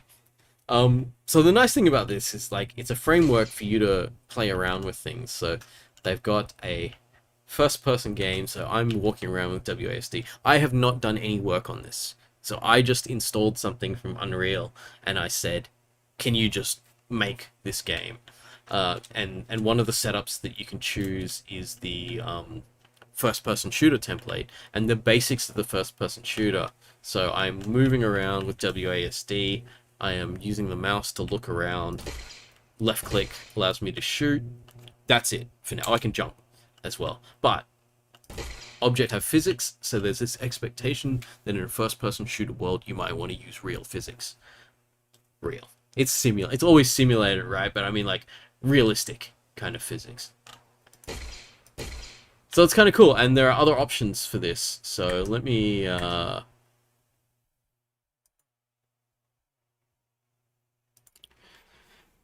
if I wait, not new level, new project. If I make a new project and I go to the games category, there's all this kind of stuff that I can do. So 2D side scroller is probably the one that I'm going for here. Top down twin stick shooter. There's so many freebies. Or maybe, don't know, side scroller or 2D side scroller, one of these. And I could just fire this up. Starter content, yes. Ray tracing, you can enable ray tracing. I actually have ray tracing on here. Let's leave it off for now. 2D. Oh, project names must begin with. Okay, test 2D. 2D side. Just that way, like, because if I'm not going to do anything with this project, at least I know which one it is when I'm going to delete it later. So create this project. Don't save the current one because I'm not doing anything with it. Hopefully this doesn't take too long. When I started the first one, you had to compile the lighting shaders, and it took like half an hour before it would start. But I'm pretty sure, yeah, once you've done it once, you're fine. So this is the template for the side scroller that would give us a lot of what we needed to make the 2D spelunking bit of the Chicken Steals Toys game. Who we got here? Halogen likes the idea of exploring in the beginning and then returning to being trying to remember how to get back quickly. Yeah, that's kind of cool. Deep Rock Galactic has a similar thing, where if you're going and mining stuff, but at the end you have a time limit to escape, and so if you've prepared your paths, so you've cleanly dug paths, or you leave zip lines for yourself to navigate on and stuff like that, it's much easier to escape at the end. Param's a bit late, hello, but oh, you've come in just as we've gone into the engine, so it's kind of interesting. We're not making anything in this yet, I just want to show you this. So the side scroller template, it's allowing me to move with WASD. It has the generic robot, Unreal Engine robot person. And you can see how we could easily convert this into some kind of 2D side-on game. And it depends whether we'd want to do this all in 2D or 3D. This is kind of constrained to 2D movement, but 3D assets. Also don't know if there's freebie animated cats somewhere. Like, I assume that there are, or even just low price. I would be able to stomach that. It's not that big a deal. Yeah, but you can see that a lot of the mechanics that we might use for the game are already implemented here, and it's just a matter of using them in a way that that allows us to develop the gameplay. So I like these engines because they just take a lot of the fiddliness out of it. So it's kind of like game development, not game programming, if you get my drift. There will be programming, but like a lot of it won't have to be done. It's like using a really big library that already has a lot of helper functions for you. You're not going to re-implement your sorting algorithms or something like that. Speaking of which, someone had asked me about radix sort earlier. Who was that? And are they still in the channel?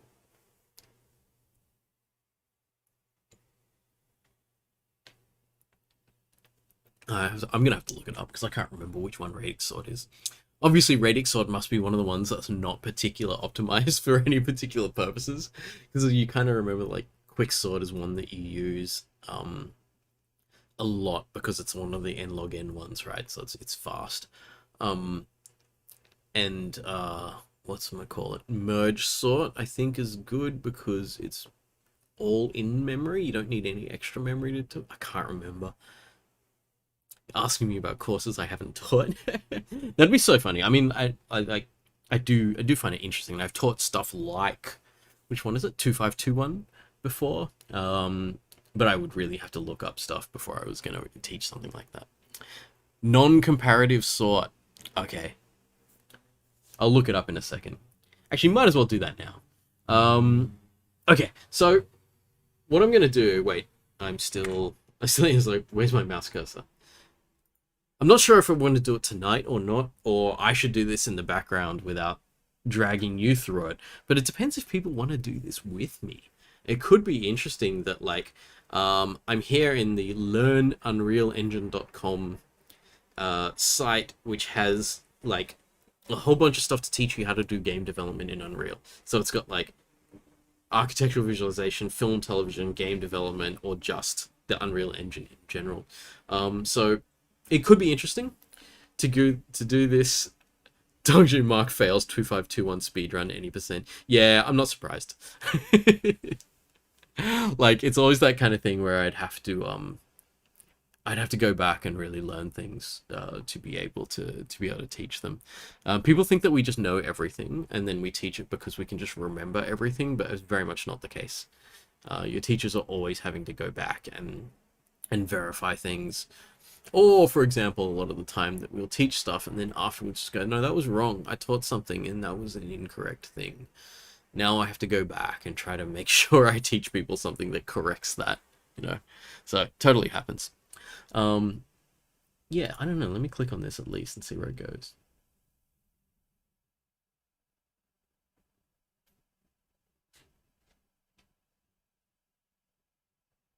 Just loads up for a while by the looks of it. Getting started. Ooh, badges and points. Classic. If you're going to learn about gaming, about making games, it might as well be gamified. Why did that take me back here? Oh, this wasn't a path. It was just an achievement, I guess, that I have no progress in. Let me click on it again and see whether that... Oh, no, here we go. Welcome to Game Development. Your first hour in Unreal Engine. Getting started, creating your first project, working with assets. First hour in Unreal Engine 4 quiz. So you can go through that and take a quiz. I don't think you want to watch me do this. Especially because some of this is going to be way too easy. However, if people are interested... This is something that I might talk about on Discord, is my game doesn't have to be the only game being made. If you want to, we can go through this process together, where you can also do the same thing with a video game name generator. And this kind of document with these questions are the same for every game, kind of. I mean, like, you're going to ask them differently for each game, but this basis you can use for anything. You can start putting your design together, and also we can all start learning about how to use Unreal and then just start sort of building stuff up together if you're interested. I think that this isn't going to be super interesting for me to run on stream, because it's kind of like, you've seen enough of that. You've seen enough of, like, me doing the learning and teaching thing. But yeah, I'll do some of this offline, and then we will, if I see things in here that are interesting, I might bring them in to talk about, but I haven't even started yet, and I think it might be pretty boring for me to go through this. If the next hour is me just doing the getting started, onboarding stuff, might not be super interesting. But if you're interested, you can start doing this stuff as well. We can all make games together. Could be really interesting. Don't you? The correction email of shame when you say something was wrong in the tutes. I've been there.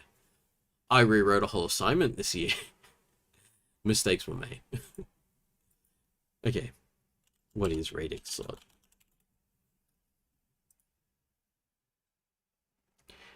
Radix sort, non-comparative sorting algorithm. That's interesting. So, into buckets according to... Oh, yeah, I know this. It's bucket sort.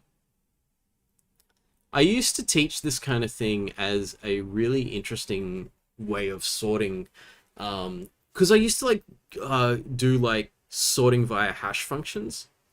When you think about it, you can significantly reduce the time complexity of your sorting algorithm if you can partially sort things. in advance. So you can do things like sorting on your most significant digit first and bucket sorting these things really quickly. Because when you do like a hash based sort, it's an order one thing. Or it's not order one, it's order n. You're going to go through each object once and just dump them into something. And then each one of those buckets that you sort is a really quick sort, because there's very few things in those buckets. Or if you're lucky, there's only one thing in each bucket. If you'd said bucket sort instead of radix sort, I would have been fine and not looked as silly. But yeah, so it's interesting where you can get like a best case performance of once through the list in something like bucket sort if you have exactly the right number of buckets as the number of objects and no objects end up in the same buckets as each other. You can do that. Did we need an explanation of it? I can't remember who asked or what they were asking about. Yeah, and as Antarctic is saying, it's a non-comparative sort, so it's not bound by n log n. I don't know if I want to do a whole like getting me to teach other computing subjects now. I was like, oh, if I want to teach this, I should actually told you about other sorts first, and we'll go through the sequence of sorts before. This is like the last sort you learn, because the way that we would teach sorting is we go, okay, we want everything in order. So let's teach you an inefficient sort first. Bubble sort's really easy to understand because it's like you just keep shifting it through until you have to stop. Then you keep going through that, and it's reliable, simple algorithm. And then you go, yeah, but it's like pretty inefficient, so we can do better than that. And then you teach people about binary trees and stuff like that. This is probably the entire curriculum for 2521 is to go through this process, right? Because if you need to learn about trees first, that's a lot of work. You learn about trees, and then you learn about sorting with trees, and then you've got your n log n sorts. And all of those n log n sorts are roughly the same thing, but with different characteristics for different uses. You know, you need to keep all your memory in one place, or you need this thing to be super fast, but you're willing to burn memory. Different sorts, but they're still in the same principle of splitting things in halves. And then you go, okay, that's our hard limit. We can't do better than splitting things in halves. So n log n is the best we can do. And then you go, what about a sort that only takes order n? And people go, that's impossible. And you go, well, it's only impossible if you're going to follow those silly rules that we gave you earlier. And your students are like, why did you give us those rules if you were going to break them? And then as a lecturer, you just go, right? Because that's the joy of teaching. Is you set people up, and then afterwards you go, you know what? It was all a lie. And then you do something like a bucket sort or a hash sort. See, I've got the wrong names for it.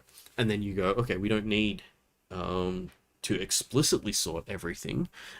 We can get reasonably good enough sort really, really quickly without those algorithms, and then apply those algorithms to those small buckets, and we'll never have this large n multiplied by a large log n. We've got small n's multiplied by small log n's, and then overall the time's much shorter to get things done. So there you go. That's the joy of something like a sort like this, is it just puts it in the right bucket, and then if there's multiple things in the bucket, it sorts them. But the chances are, if you've got your bucket design correct, and this means that something like a radix or bucket sort needs some domain knowledge. So you need some expectation of the range of numbers, and then you can design your buckets really quickly. That's why it works in really specific applications where you already know the domain of your data, and you're like, okay, we're going to use the properties of the domain of the data to make the sort more efficient. If you have no idea about the properties of the domain, you may end up in a situation where all of your values go into one bucket, and then you got no advantage. In fact, you just added an admin overhead to your otherwise reasonably fast sorting algorithm. So yeah, that's interesting stuff. So order n best case is very interesting if you have if everything goes into exactly one bucket and no two things end up in the same bucket. You just go and you're done. Everything was in the right place. I joke about this when I joke about students, and they're like, how do I write better code? And it's like, well, just write the correct code in the right place. This is the same thing with the bucket sort. Just put the right number in the right place. And it's like, you don't need to look at the other numbers, put that number in the right place, and then put all the rest of them in the right place. And when they're all in the right place, then you stop. It's like, yeah. So the chances of getting it right involves knowing about it in advance. So you can know a bit of number theory, but that assumes a certain distribution of values. But if you know the domain that you're working in, you know the kind of values you're going to have to sort, it's much easier. Anyway. Zero, don't remember they being taught in 2521. Oh, so this kind of sort wasn't taught? I mean, I can understand it's not, it's like a side thing. It's like you go through the sequence of the rules, and this is the sort that breaks the rules, so it's kind of different and weird. So, yeah. Zero, making and breaking rules is the basis of learning. Yeah, it is. Because often we will put rules around students for them to follow. It's like a scaffolding, it keeps you safe. But you realize that once you break out of that, you understand the system that the scaffold was built on, and you can be like, oh, I understand it, and now I don't need it anymore. It's like the safety net. The safety net says, don't ever, like, use a variable without initializing it or something. And then, like, later on you'd be like, I can use some things uninitialized if I know exactly where these things are going and how they're going to be used.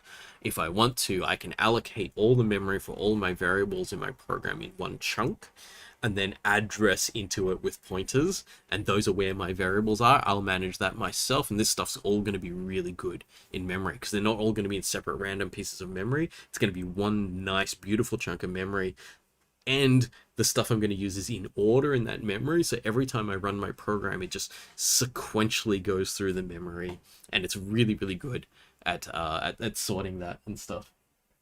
I heard a sound out there. Was it chicken? It wasn't chicken. Oh, that's sad. Yeah. So anyway, yeah. Fun things about programming. Talking about how do we get to gravity? How we taught that gravity is a force until far later in uni. What is gravity if not a force? Isn't gravity an attraction between masses?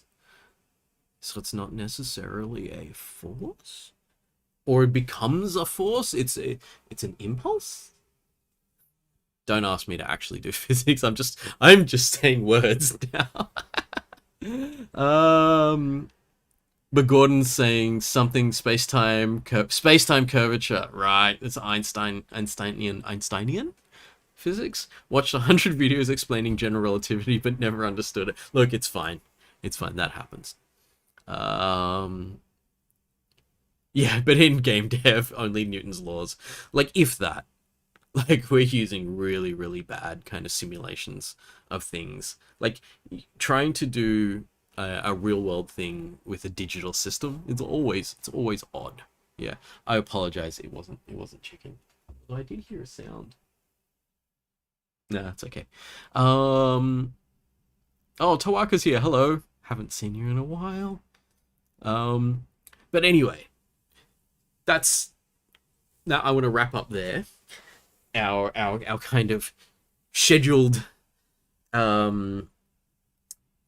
technical content, we could say. We did some game design, we opened up a game engine, but we're not going to go too deep into that. Yeah, I need to actually spend some time with it myself before I bring it on stream, but I thought I'd just at least pop in, and I decided not to go through the tutorial stuff. I think that would be boring for you. You just watch me watching tutorials. Not super interesting right now, but I'll get a fair way into it, and then maybe show you some of the stuff that's in here. And then we went into radix sort, which I'd forgotten was the same thing as bucket sort, and so I made myself look stupid, which is fun, you know. It's not that big a deal. And so now we get to the portion of the evening where I play some games. Let me just switch this audio over. Okay, see, that works. I'm going for headphones because it's a horror game, and I think it's better if I get thrown off by the audio. Let's just see what people are saying first. Gordon saying, I feel like I've been deterred from getting into game dev because of all the bad publicity the game dev industry gets compared to other tech fields. How's the game dev industry looking in the next decade? That's a big question. I may have to tackle that when we've got more time in the future. But I think that personally, I think a lot of the shakeup that's happening in game dev gives me hope. Seeing the people who make games stand up for themselves, um, and say that we want to treat people properly. You know, we want to care for people, and we're not really going to stand for people who shit on other people being able to run these companies and stay in charge. I think that is a great sign for the future, because I think that the people in the games industry are showing that they care enough to to fight for what they believe in. And when you see people like that, you go, yeah, I trust you. You know, future's in your hands. This is good. Not you, Bobby Kotick. You have to leave. But everyone else. Not everyone else. A lot of other people, the ones that are actually trying to make things better, I believe that they're going to bring in a good future for the games industry. So I think in a decade's time, it might be really, really good. But we'll see how we go. Halogen was speaking of game dev, science, maths. Actually, I don't need my headphones on right now. I'll talk to people first. Watch the video on fast inverse square root after 1521. It's pretty okay to understand. I've not watched that video. People keep talking about it, and I keep thinking I should watch that video at some point, because I know that they did some cool stuff with Quake to do fast inverse square root, but I'm not sure how it works.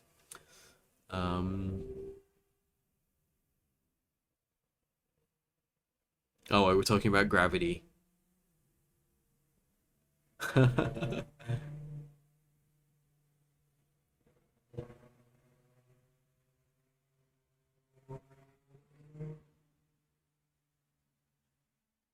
People are talking about photons, curving, and gravity, and things like that.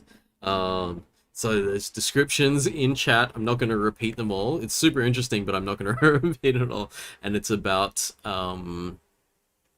gravity not being a force. So Einsteinian rather than Newtonian physics representation of gravity. So lots of interesting stuff there. But anyway, let's scare the crap out of Mark, because I think that was what has been requested, and I did put that on the thumbnail, so it has to happen. And here we are with Alien Isolation. So let's fire this up. I haven't really started up the game. I started up for a second and just made sure my graphics options were viable. I just left all the effects on and turned them all up to full, because I figured this game's old enough compared to my computer that we can do that. Murny, it's like magnets. How do they work? That's an old code, but it checks out.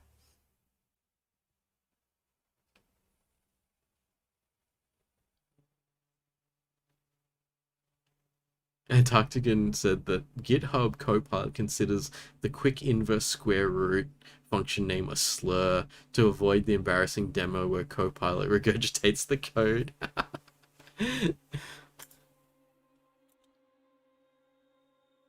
Alright, so I have not started this game either, so I don't even know if I'm going to get to scary bits by the time we wrap up the stream tonight, but we'll see how we go.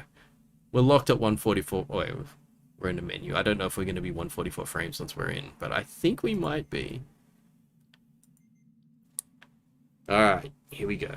Starting a fresh game. Hard is the recommended way to experience the game. Well, you're going to like it more if I die more, right? So I might as well go on hard. Wait, save data on my current campaign?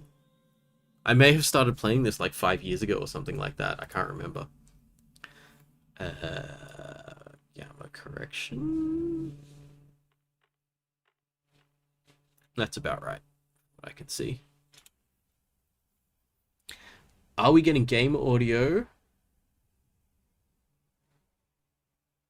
Let me just watch my sliders. Oh, there's chicken on the chicken cam! Yay! Hello! She did a full climb in full view there. That's great. Hi, Chicky. Hello. She's not even looking at me. Oh, creative assembly. What else did they do? The other members of the crew. Kane, Lambert, Parker, Brett, Ash, and Captain Dallas are dead. This is cool. It's the actual audio from Alien. Ship destroyed. I should reach the frontier in about 6 weeks. With a little luck, the network will pick me up. Sigourney Weaver's such an amazing actress. This is Ripley. Written by Dan Abnett? Last survivor of the Nostromo. He's like a real famous Warhammer author. I did not know that. I knew he wrote for some computer games. I didn't know it was this one. I feel bad that I haven't played this. I mean, like, I'm a huge Alien fan. I really should have played this. I put like 100 hours or so into Aliens Fireteam Elite. So, really should have. Ripley? I'm Samuels. I work for the company. It's about your mother. We think we may have found her, Amanda.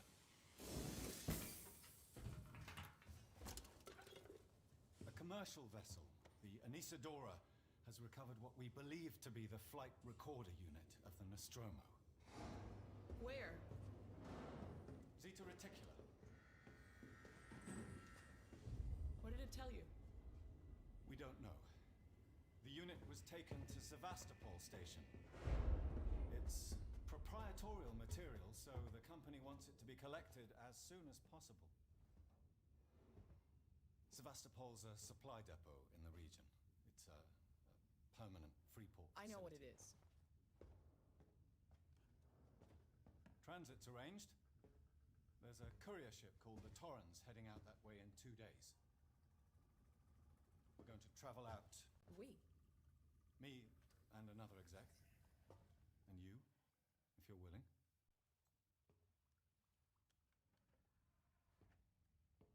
Look, Ripley, when this job came across my desk, I read the case history.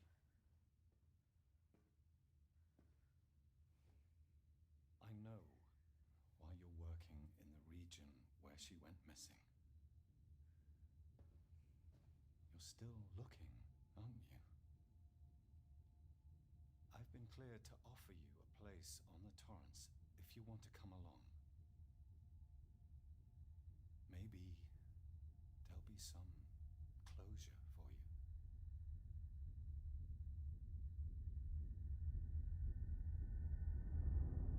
This is pretty good.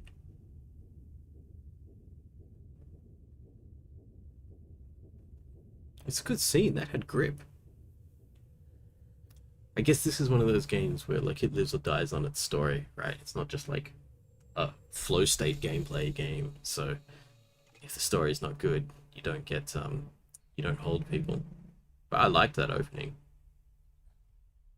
It's like good timing, you know? Like proper dramatic timing. Use move keys to walk. Okay, so that's bad. It's like use move keys. I was like, which ones? When we write tutorials, we do want to make sure that people who don't have a muscle memory for WASD can still actually play the very beginning of the game. Anyway, okay, so what are we talking about in chat? People notice chicken is here.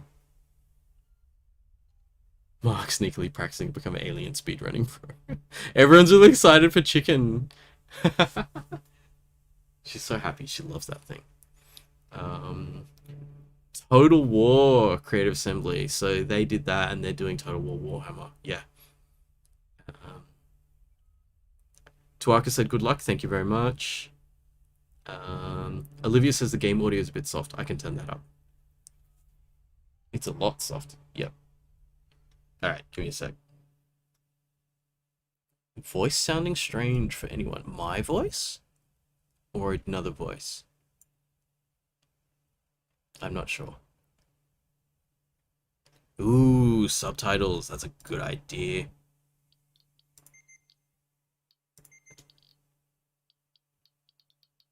There's no subtitles.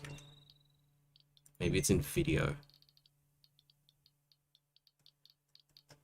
Articles, motion. Oh, is it in audio? Okay, I guess it's kind of audio. Look at every game a different options menu to other games, and no one's like kind of come together to like agree on a standard. Voice is a little robotic. My voice is robotic? I wonder what's happening. Every time I speak, there's some sort of noise. Okay, let me check what filters I've got. I've got a noise suppression filter on at the moment. Alright, testing again. I've turned off the noise suppression filter on my microphone. I don't know if that's changing anything or not. So now is my voice better? It could be the fact that I'm running the game at the same time. It's doing something weird with my audio, but I don't know. Let me know if the audio is better now or not. If not, I will go in after the stream and have a look at my audio settings and make sure things are... Oh, there's background noise that only gets picked up when I talk. So the background noise is like below the threshold. It could be the fan that I have pointing at me, or also the window, or even just my computer spinning up the fan on the graphics card, which is running at 79% at the moment, so it could be that noise. And everyone's like, now there's permanent noise. It's consistent but noisy. It's aircon or fan. Yeah, it's aircon or fan or computer. It might be the game's ambience. How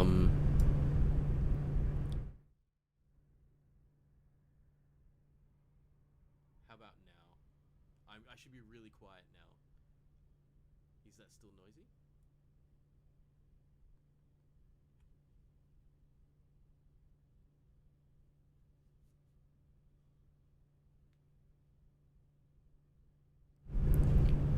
Alright, I'm turning myself back up. People are thinking it's my computer fan, which is highly likely. Okay, suppression off, it's easier because it's consistent. It's just going to sit there in the background. Okay, we're just going to let that sit in the background. I will later on see if I can figure out how to take away the noise of my computer. It's actually pretty far away. It's over there. And the microphone is over here, so they're actually quite, like, there's more than a meter between them, but still I can fully understand you're going to get sound. It's not the game, because before I changed the settings the noise only appeared when I spoke. You're right, so it's definitely coming from the microphone here. You know what I'm going to do? That's got nothing to do with the audio, but I am turning the lights. Oh, you can't see my face anymore. I'm turning the lights down, at least, because I want atmosphere for this kind of game.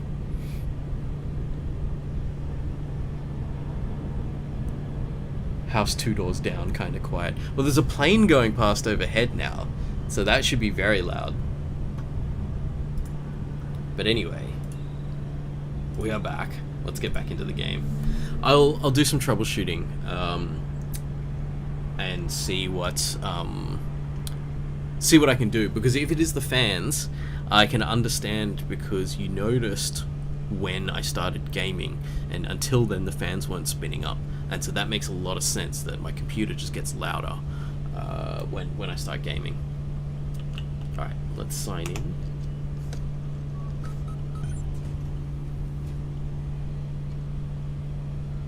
explore the Torrens. Oh, this is great. This is like the hypersleep pods from Alien. I guess, you know, it's kind of important if you're going to do a movie tie-in game that you make it reminiscent of the scenes from the movie. So they did exactly the same hypersleep pods as they had in Alien. Personal storage. Here's my clothes in one of these. I don't actually know which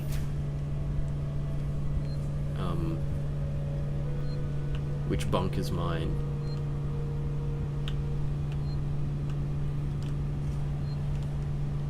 This one has a green light on it. There you go. I am dressed now. Oh, it's funny in a first-person game because like, I'm not even looking at myself anyway, so it doesn't matter. Use this. Okay.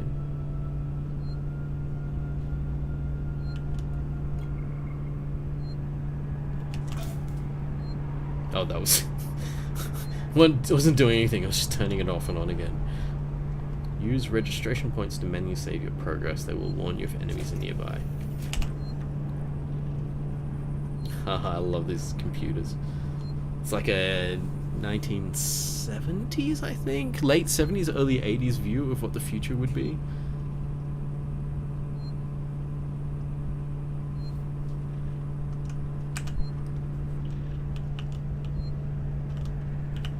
Been there? I can't remember where I came from. Oh no, this is the thing that saves the game. Alright, fine. Sure, I'll save the game here.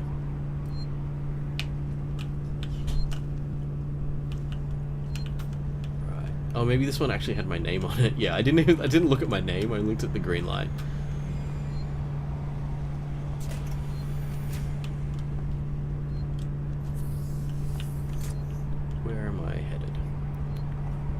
Assume that I'm supposed to head to the bridge or something. Caution. No, let's not go out the airlock. That's where we're going to need to send the alien. Let's take the middle one and assume that this one goes to the bridge at the front of the ship. I have no idea though. A human. Taylor, good morning. Ripley, it's certainly not good. I very much doubt it's morning either. Sorry. I feel like death. I don't know how you people put up with hypersleep regularly. You get used to it. I don't do long haul very often. Most legal execs don't travel further than the coffee machine. I'm surprised Weyland-Yutani felt the need to send legal at all. The loss of the Nostromo and its cargo cost the company a lot of money. It's important we find out what happened. If I can close the case with a conclusive accident report, it'll look great with my superiors. I'm sorry. That was insensitive. Realize your mother has been missing for 15 years and you... It's okay. We'll both get what we want, right? Have you seen Samuels? He's probably been up for hours. I'll catch up with him.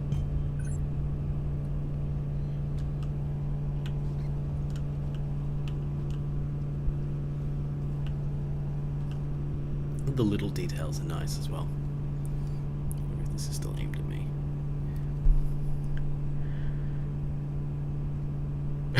Moni was like, didn't get showered, gross. I wasn't sure if I actually saw the shower, but I didn't go in. I don't know if like if you're supposed to or not. I wonder if it makes a difference. I do remember in the other Alien movies them not necessarily showering. In Aliens they don't. They just get dressed and they go start eating.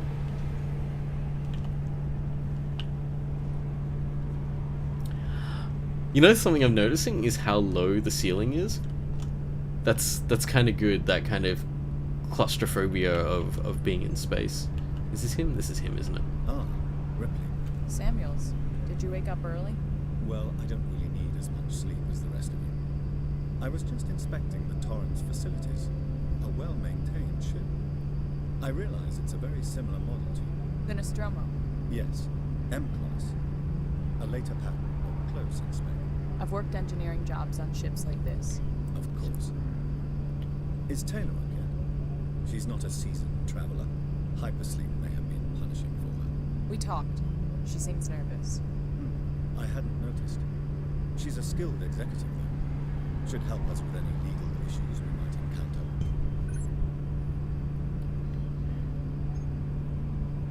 All personnel to the bridge, approaching Sebastopol Station. Looks like we're up. Halligan said if I take a shower, there's an Easter egg death scene where the alien says I smell good before it killing me. That's interesting. Maybe I should... I wonder if I can go back and take a shower. Probably not. You know, he's like, I don't need as much sleep as the rest of you. He's a synthetic. I don't know, but there's always someone masquerading as a human that's gonna double cross you later. It's always the way. Sorry. I apologize to anyone who hasn't already seen these films and things, and I'm just ruining things. Although the fact that I'm playing the game's probably ruining the movie already. Because this is very much a sequel to the movie Alien, and you will have Alien ruined for you by me playing this game. I forgot where I was supposed to go as well. That's back in the quarters. And the hypersleep chamber, I don't need to... Wait, was this where the shower was? No, the shower was in quarters. I'm already dressed now. I've committed to being ick. There you go. Still got my clothes on. I'm just gonna walk around in wet clothes.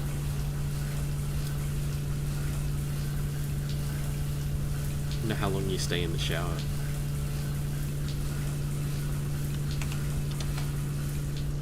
Alright.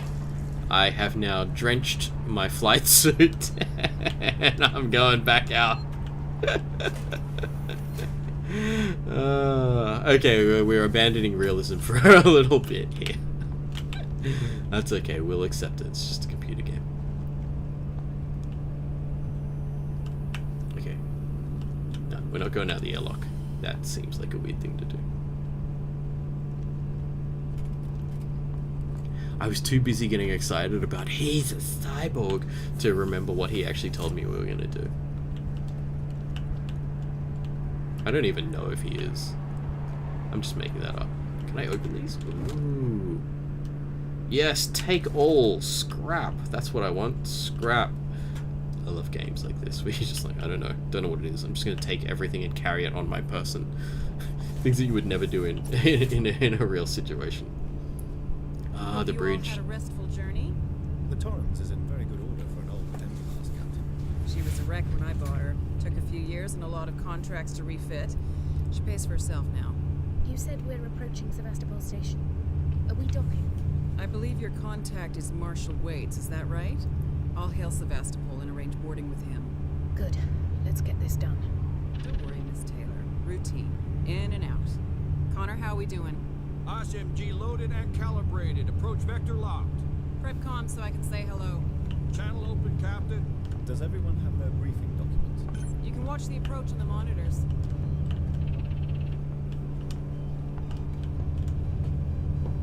Where's my briefing document? Ooh. Space. When no one can hear you scream. Is this my briefing document? Are you my briefing document?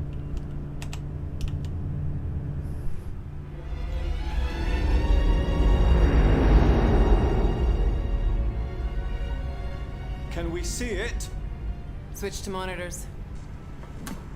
Sevastopol Station.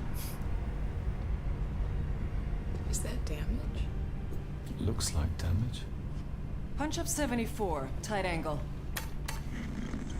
Looks like the dry dock bay is screwed. I can't bring the Torrens into that. This is a commercial vessel, Torrens out of St. Clair, registration number MSV7760, calling Sebastopol Traffic Control. We're carrying 3 passengers on a whale in... Yutani Bond, you're holding the Nostromo flight recorder unit. We request immediate permission to transfer the passengers port side over. They're not gonna get an answer. Oh wait, they are. Hello, Marshall? Marshall, this is the Torrens. Say again?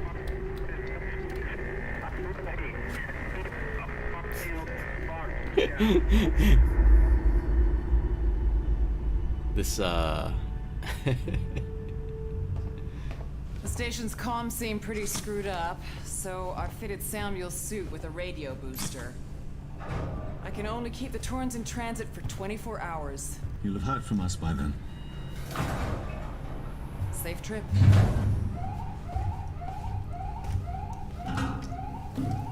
Stand by. My contract doesn't cover bloody spacewalks. It's the only option, and it's perfectly safe if you do what I tell you.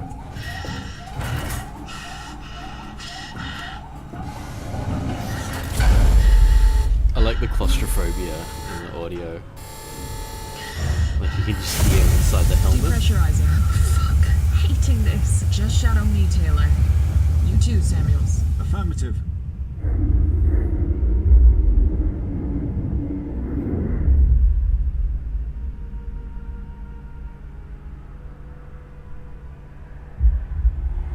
Fuck happened here? My God, Ripley. You're doing good, Tim. Whoa! Just keep moving. Taylor, Ripley, hold on.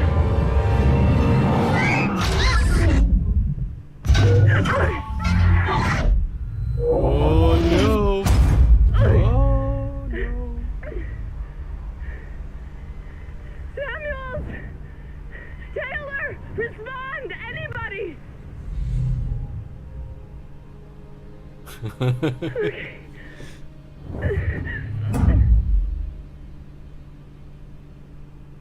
Everything's going great. Everything's fine. Don't worry, there are no problems here.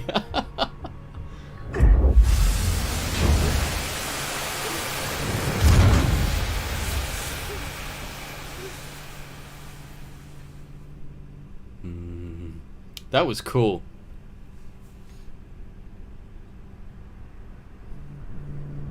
What do we got in chat? Beep boop vibes are strong, yeah.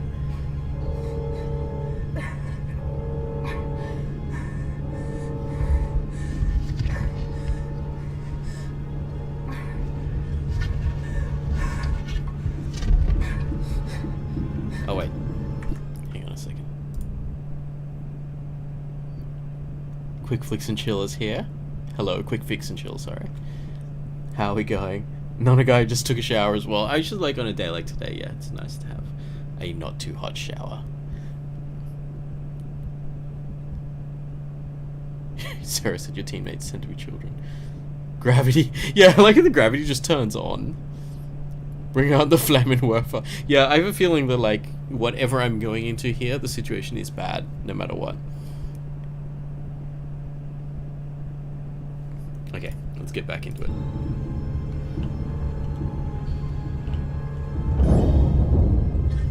Find help. That's a great idea.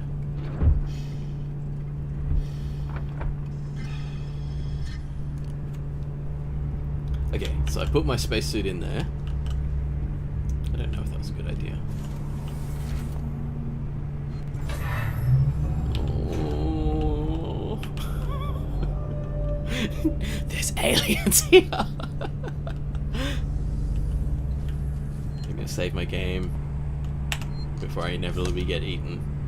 I love how the save game thing takes a few seconds before it lets you save, so like if you're being hunted it's just not gonna work. That's really funny. Wait, what's that? Scrap, because I'm just carrying scrap around. This doesn't feel... I don't feel comforted by this space. You know, like I know it's intentional, but I do not feel comfortable. This is gonna be one of those things where, like, yep, where a panel moves or something and it looks like an alien. Yeah. I know your tricks. They're still gonna get me, but I know the tricks, but they're still gonna get me when it happens. Oh, I do have a sprint button, so I can at least move around quicker now.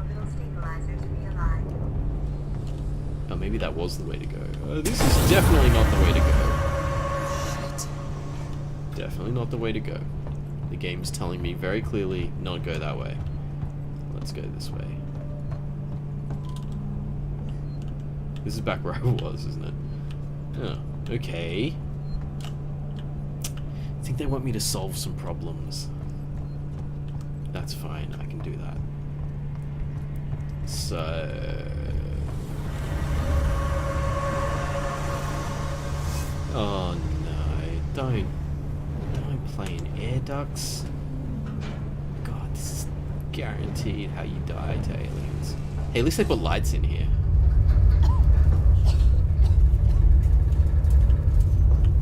Do I have a torch? No, I don't have a torch. I like this. You know, they're not overt with the horror. They're just getting you nice and primed to be scared. And then they'll get you later. Like, the tension has to build.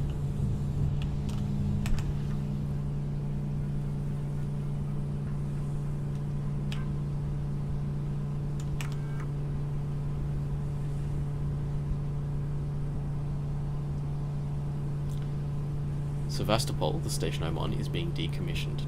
I guess that means that people are not going to be happy with this. Should point out that decommission does not mean lucky dip. Classic. Oops.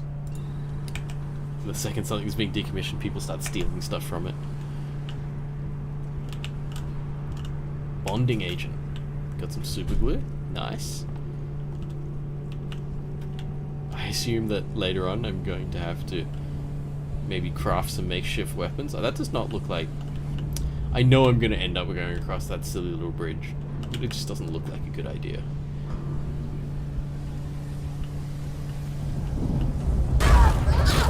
I told you.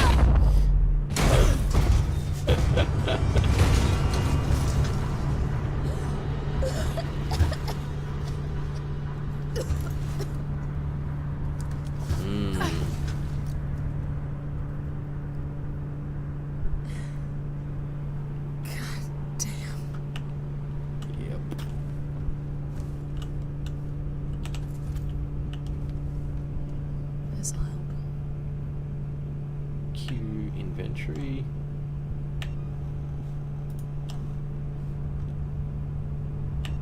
Did that work? Yes, it did.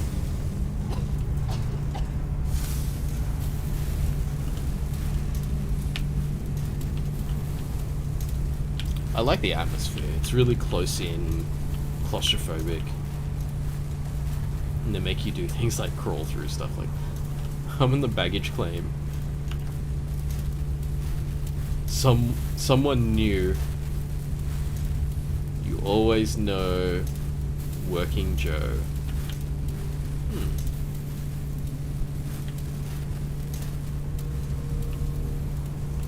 Am I going up there? Oh. Okay. I thought that sound was it not low.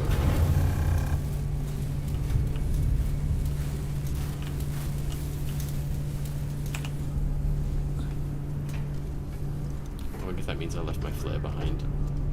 Probably no big deal. I'm back in the lit areas. I won't need light again in this game. Surely, I'll be totally fine.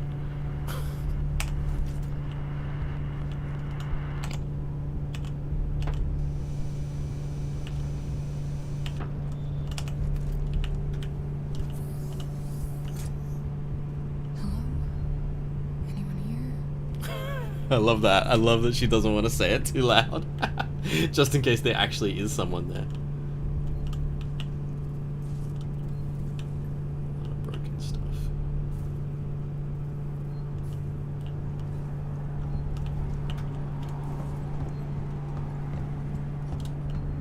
Passcode required. Don't know what's in there.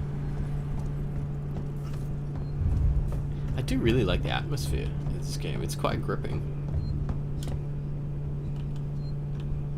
Terminals to update map.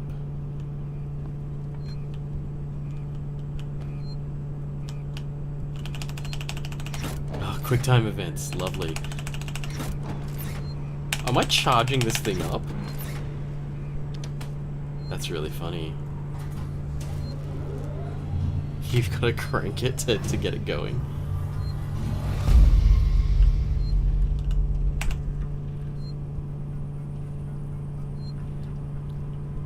Moved our stash.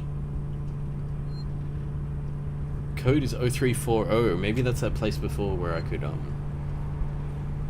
couldn't use the code.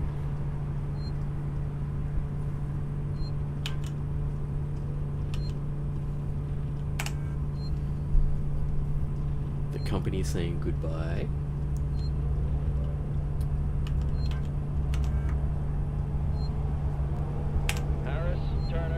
Back here now. We have a track somewhere in engineering. Lock the terminal down, kill the power, and don't forget your reports. Make them thorough. We're gonna need our paperwork to be bulletproof when this shit's over. Waits up. Interesting.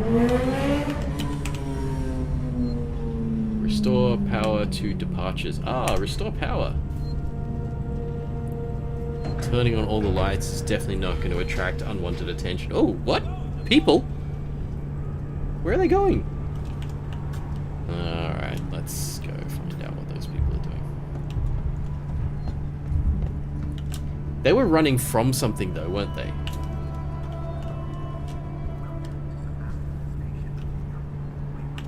There's a thing here. Take all. Where did those people go?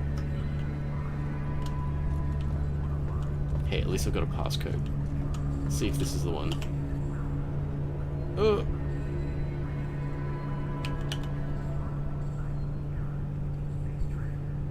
How do I... Can I just type in numbers? Yeah, I can. Okay, good.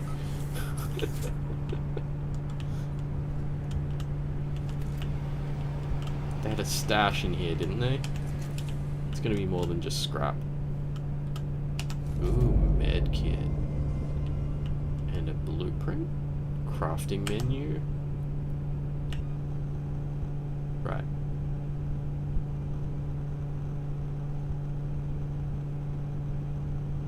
I can't really tell what these icons mean, but I assume I don't have all the stuff necessary to make it yet. Alright, so I don't know where those people were coming from or going, but the doors are locked on either side.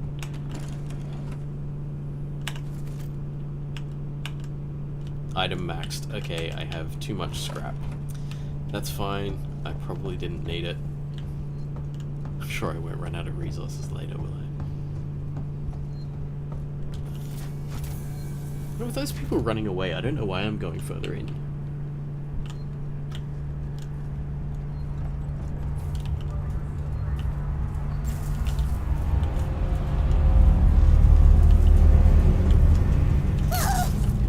I was gonna say, I don't know if I want to get too close to that. Maybe I should have crouched. I thought I leaned my own head to the side, but that's not how that works. Oh, okay. So if I'm full of scrap, I'm full of scrap.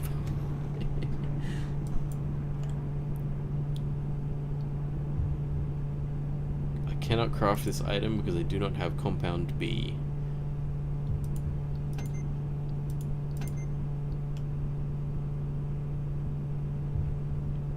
Right. Nothing I can do without that. Make a med kit later when I get more stuff. Unless I've missed something crucial along the way, but, you know. What the hell happened here?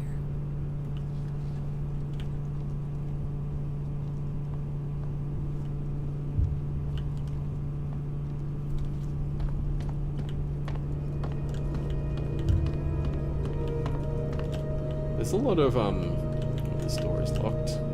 Ion torch required. Don't have that yet. Music's good. Music's very good.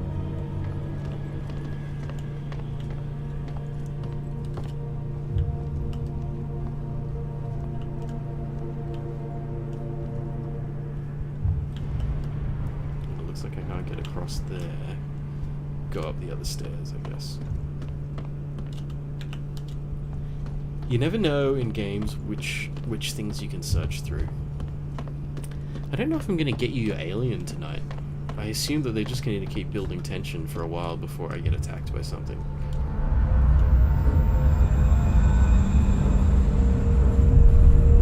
What is that?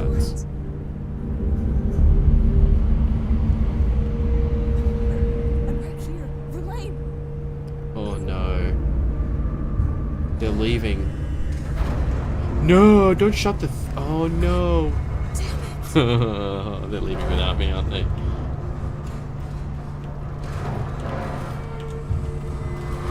Well, this is awkward.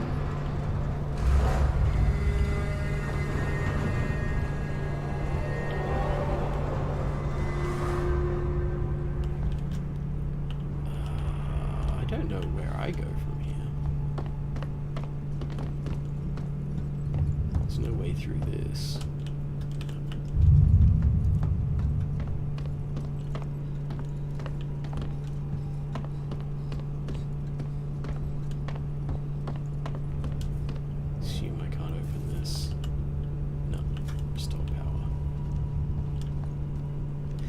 It is actually kind of linear. I realize that there's only one way to go every time. Like, every time I'm like, which way do I go? And it's like, look around. It's like, no, there's actually only one way.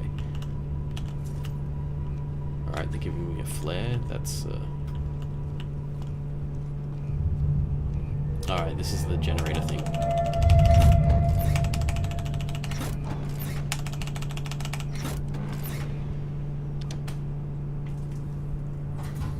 I love you have to hand crank the power generator.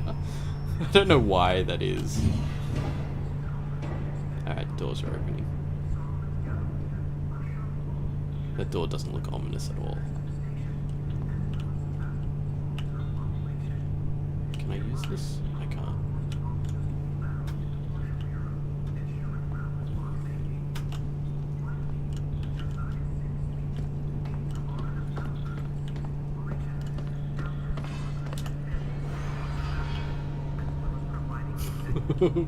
When you can hear sounds coming from inside.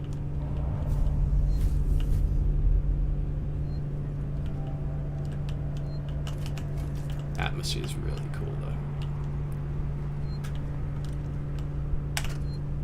Jones, today's update. After numerous demands, Marshal Waits finally called a public meeting to address the rumors that have been circulating on Sebastopol. But instead of the answers we wanted, he continued to be evasive, and after only a few minutes, he and his team were pelted by projectiles from an angry crowd.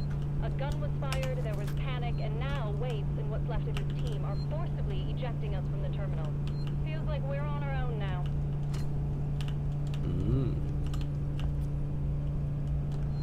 A lot of fun, I think, these games where you kind of pick up the story through like the leftovers of what's there.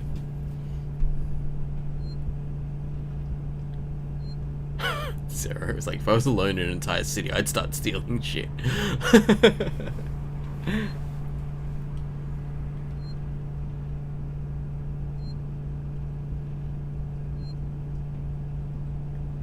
Another guy was like, do the aliens have any weaknesses? Not really.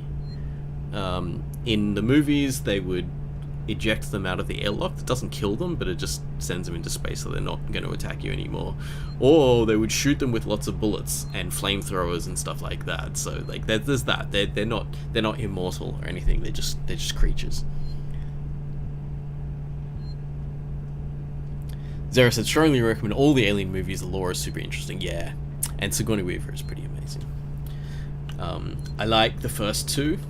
I think the first two are like super classic movies of a particular era. One is a sci-fi horror movie by Ridley Scott, and the other is it's like a military action thriller by James Cameron, and super interesting movies, both of them. I think Aliens, the second one, is probably one of my favorite movies of all time. It's just like that kind of like over the top macho, but then like still having to fight against a very difficult thing, and the only one who can really handle it is Sigourney Weaver, and she's really on top of things. It's really cool. And it was just before CG, so it's kind of one of the last big practical effects films before CG became quite prevalent, and so it aged really, really well. It's like the pinnacle of kind of creature effects. So there's some bits where, like, you know, stop motion and stuff like that look a little funny, but like it still ages much better than early CG films did.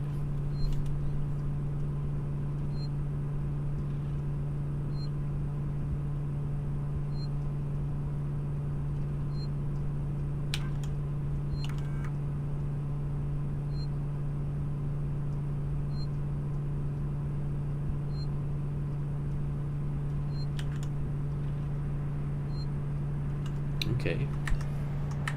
Oops. Keep pressing escape to leave these menus. Apparently, I don't know if you can read what I was reading there. People tried to leave the station, but there were no ships going, and there's like conflict between the marshal and the people. And I'm going back into air vents again, which is always a great idea in a horror game. I don't know why I'm doing this.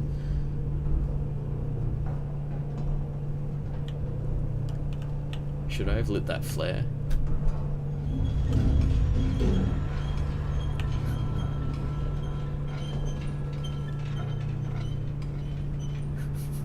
Why are they swinging? This is great. I think really good horror like this works so well because it's it just doesn't threaten you for so long.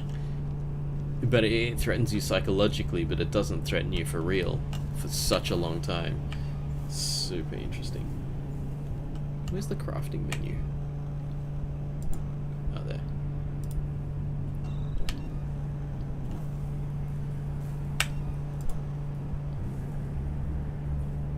Oh no, I still don't have this compound B. Alright, no worries, no worries.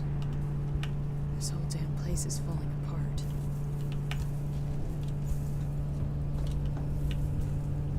What is this thing? There was something I could interact with a second ago there. There. Oh, I just rolled it. I don't know. Right, that's how I can get in here.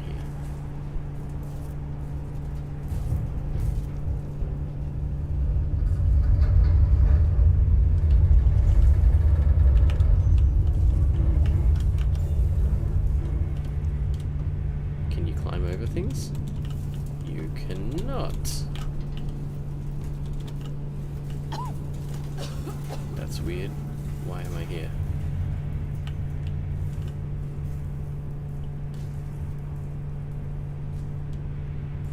Oh, hi Tom, how's it going? Ooh, Night of the Living Dead. People are talking about horror movies. Another guy, I always look forward to these breaks, but I just end up playing games until uni starts again. Why is that a bad thing? You're experiencing true joy. I don't know why I'm scrounging to pick stuff up. I don't really know what I can do with it. Although I'm on like half health at the moment. I assume that's my health in the bottom left corner.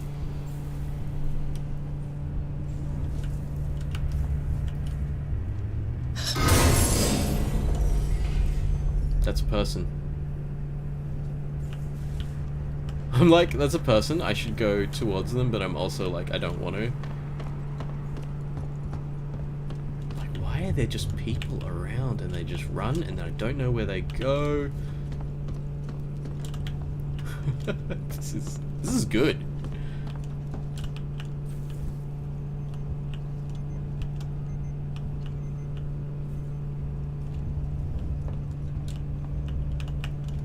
Like all the computers make beeping sounds. It's quite funny. It's pretty similar to my computer making a continuous hum. Oh, this is not a good sign. That's not luggage. This is Turner. I found the last power coupling. Took me a while, but it's off now. Just hitting the last security brace. Come find me when you've shut yours down, then we can get the hell out of here. Jesus, man. That's gotta be the exit up voices ahead. everywhere. Every creaking. Just hurry the fuck up, will you? Lovely. Maintenance jack required. This is some kind of door lock? Special door lock?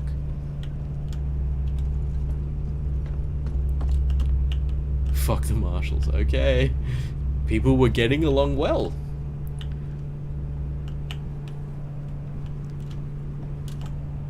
Restore power. Alright, I assume I'm getting in that door somehow, but I need to turn the power back on first. I know where I'm going, I just don't want to. I know I'm going into the luggage thing again. Like, it looks like I have to crawl through there. Although this door might be okay. Alright, maybe there's one of those crank things for me to turn the power back on. Yep, there it is.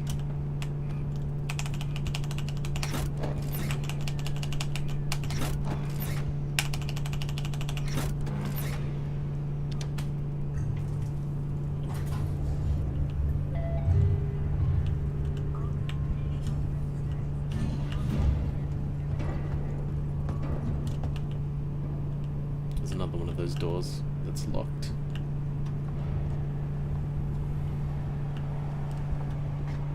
There's some stuff in there. Oh wait, that's behind the locked door, isn't it?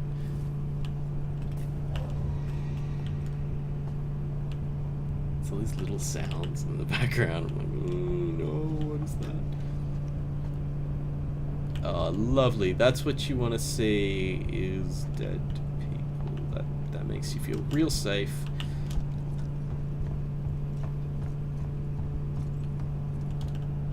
Can I climb through there? No. Alright, nothing in here. Apart from doors that I can't open yet. Oh, and a gap. It's like those eyes for a second.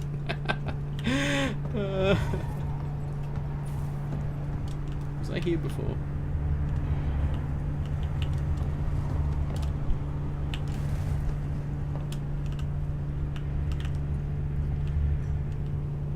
Guess there's nothing else in here, but now the power's back on, I should be able to open that other door.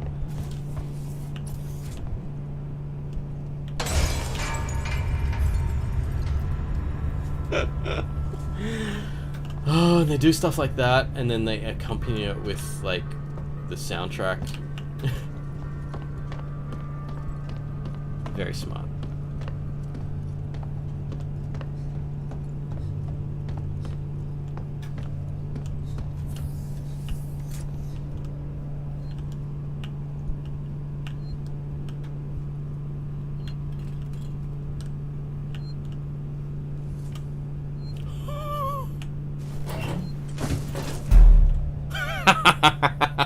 I already know where this is going.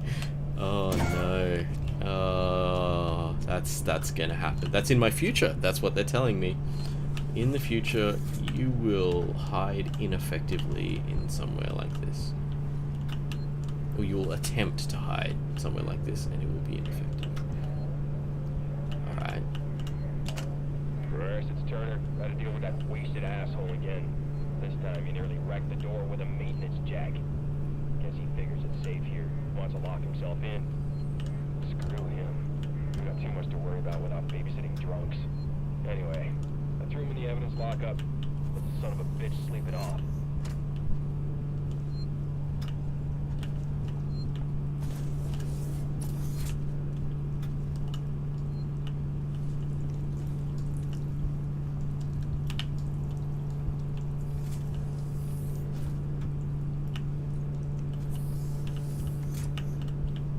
Don't know if there's actually anything in here.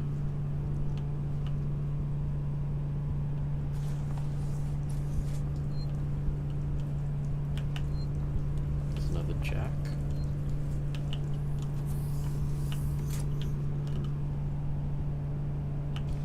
Oh.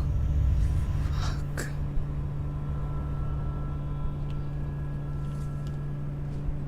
Right. Okay. He's in there with the jack. The door is shut with the jack. I need to get in there to get the jack and get out. Thought that was a hole in the ground for a second. Oh, great. Lovely, lovely. Just gonna get real used to climbing through air vents.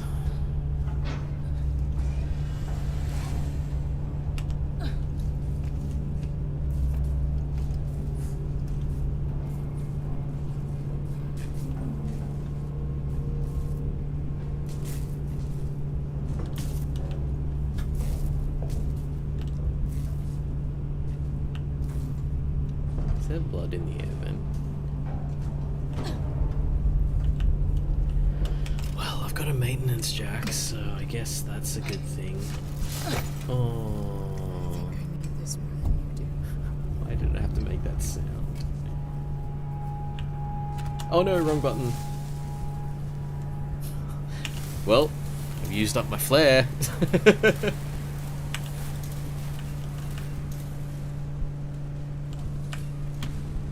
How do I equip the maintenance jack? It's not in my list of things. I love how I just pressed the wrong button to hold both mouse buttons. Press A.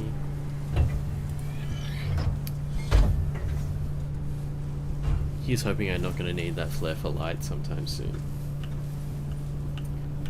Well, at least I got my maintenance jack.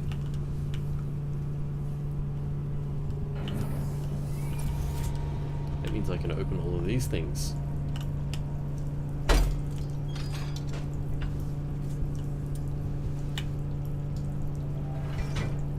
I like that watch that I've got. It's very 80s. It's like those Casio watches.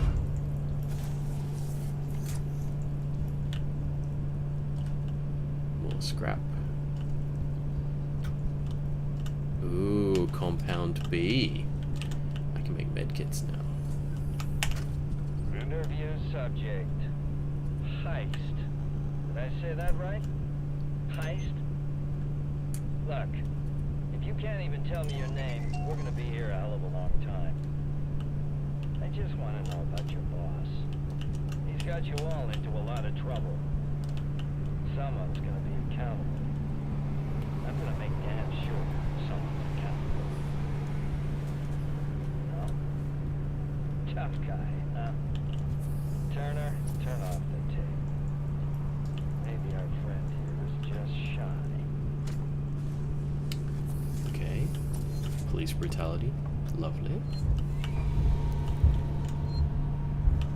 Why'd the music go weird?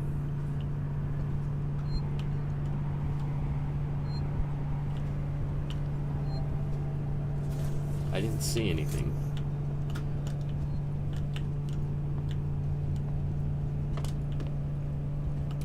Was there was somewhere else with a maintenance jack. I don't have to open this yet. Let's go in and see if I can maybe get some more loot. I love how I'm approaching this like it's a role-playing game.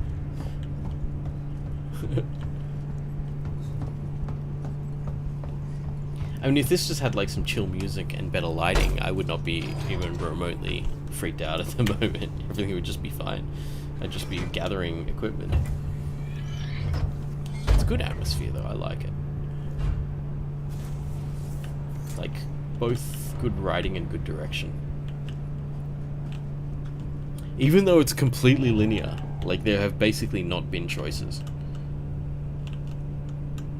Alright, got some more compound B. Is that it? And an injector. I should make another medkit.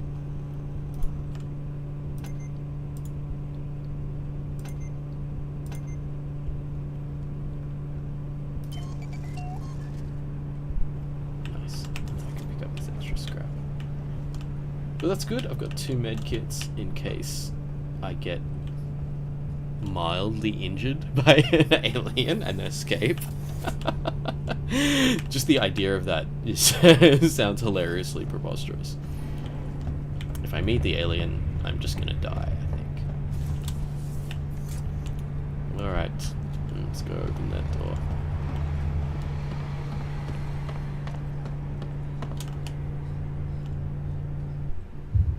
Alright, cutscene. Ooh. Stay still. Okay. Okay. Now turn around. Come on!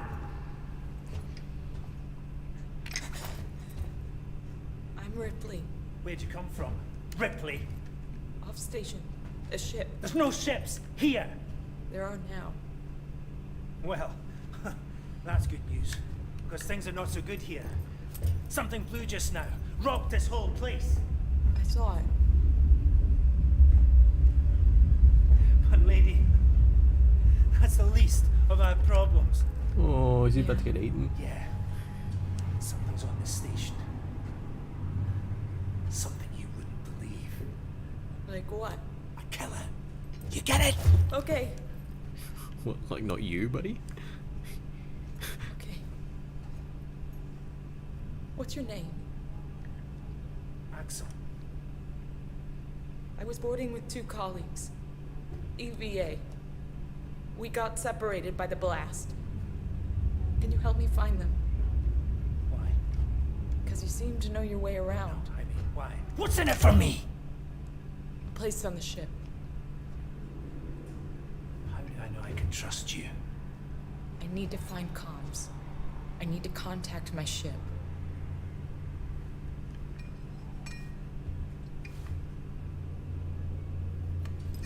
This is your lucky day. Let's go, sweetheart. Seeks and comms is in the Cystic Spire. It's quite a distance, but we can get to a transit through the freight area. But watch yourself. We can get into all sorts of trouble there, okay? Watch myself. You're the one with the gun. You watch me, buddy.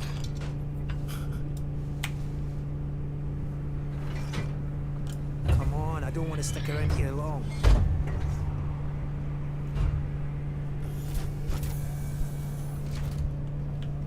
Is that you following me back there? Had to keep my distance. Can't take any chances.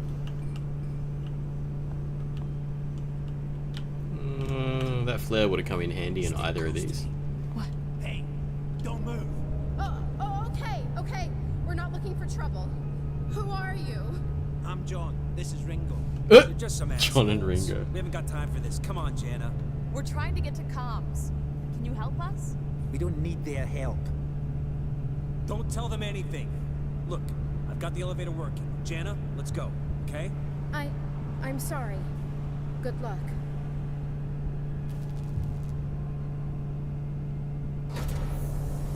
That's funny. What the hell was that about? Why are you so damn aggressive? Everyone's running shit scared. Keeping to their own. Safer that way.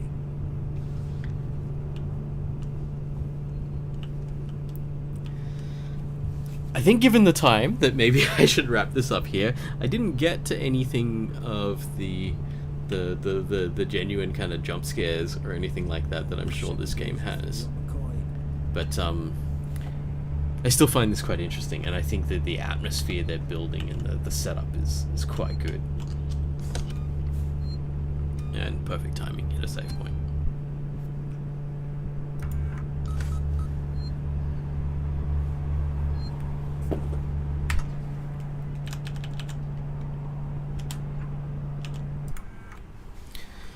Righty. Okay. Thank you for dropping by, everyone. Let me check what's happening on chat. What are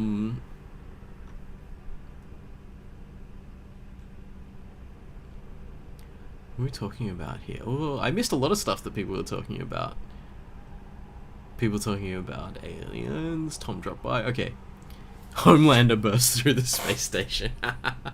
I haven't watched much of The Boys, actually. I think I've watched the first season and a half. It does look super cool, and I will get to it eventually. But, you know, it's like so many things to do in this world that can't do everything. You had the day off and watched 15 episodes worth of TV. Yeah, totally. I understand. I'm studying game development, Dad. Yeah, I mean, like, I got to where I am because of games, you know. Not that I've really gotten anywhere, but you think like I've got full-time work, and it's as much as it is in teaching and not directly in game development. It's only because of game stuff, because I learned to teach by teaching people how to make games, and then came back to UNSW. So games are pretty relevant, you know. And if you want to think about what makes the most money in tech, games is pretty up there. So, you know, it's interesting. Like, even just because it's entertainment based doesn't mean it's not something that makes sense, you know. Entertainment is still something that's actually quite important to humans. Survival is important, but entertainment is something that also adds to the way that we live. So I wouldn't really, I mean, I don't think you need me to tell you that games are cool, and it's cool that you play games. It's more that you probably want me to tell your dad that, I think. But, you know, that's how we go. Another guy had vividly remembered the exact same conversation environment that I'm in. Wow. That's weird. 3-body problem.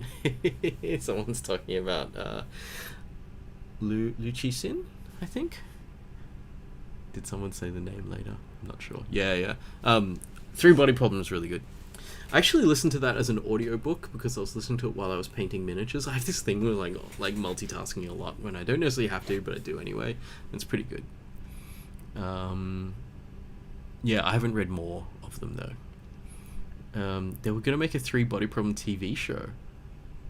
I think one of his other books has already been made into like a Netflix movie. I don't know if it's just a Netflix movie that happens to be on Netflix, which was The Wandering Earth. I think that is Liu Cixin, but I can't remember. I love it. I look at chat and Gordon saying Liu Cixin already has a novel adapted to film called The Wandering Earth. I'm just catching up. I'm catching up to your chat now. Between 2 lectures at the library and the before times. I will watch that eventually, amongst other things that I say that I'll watch. Yeah. About using mountain-sized rockets to push the Earth out of the solar system in an age where the sun is expanding and about to blow up. Wow, that's epic. That's really cool. And Zera's like wishing you Mandarin so I could read it how it was meant to be read. I feel that way often about Korean. Like, the last year or two, I've nearly not listened to music that's in English unless Korean artists decide to release something in English, you know. So I've really kind of crossed over from the kind of American-based music that I used to listen to Korean-based music, which is kind of fun. There was just so much stuff, especially at the beginning. There was so much stuff to listen to, and I've slowly gone through all these different artists and learnt about all this really cool stuff and some really interesting music out there.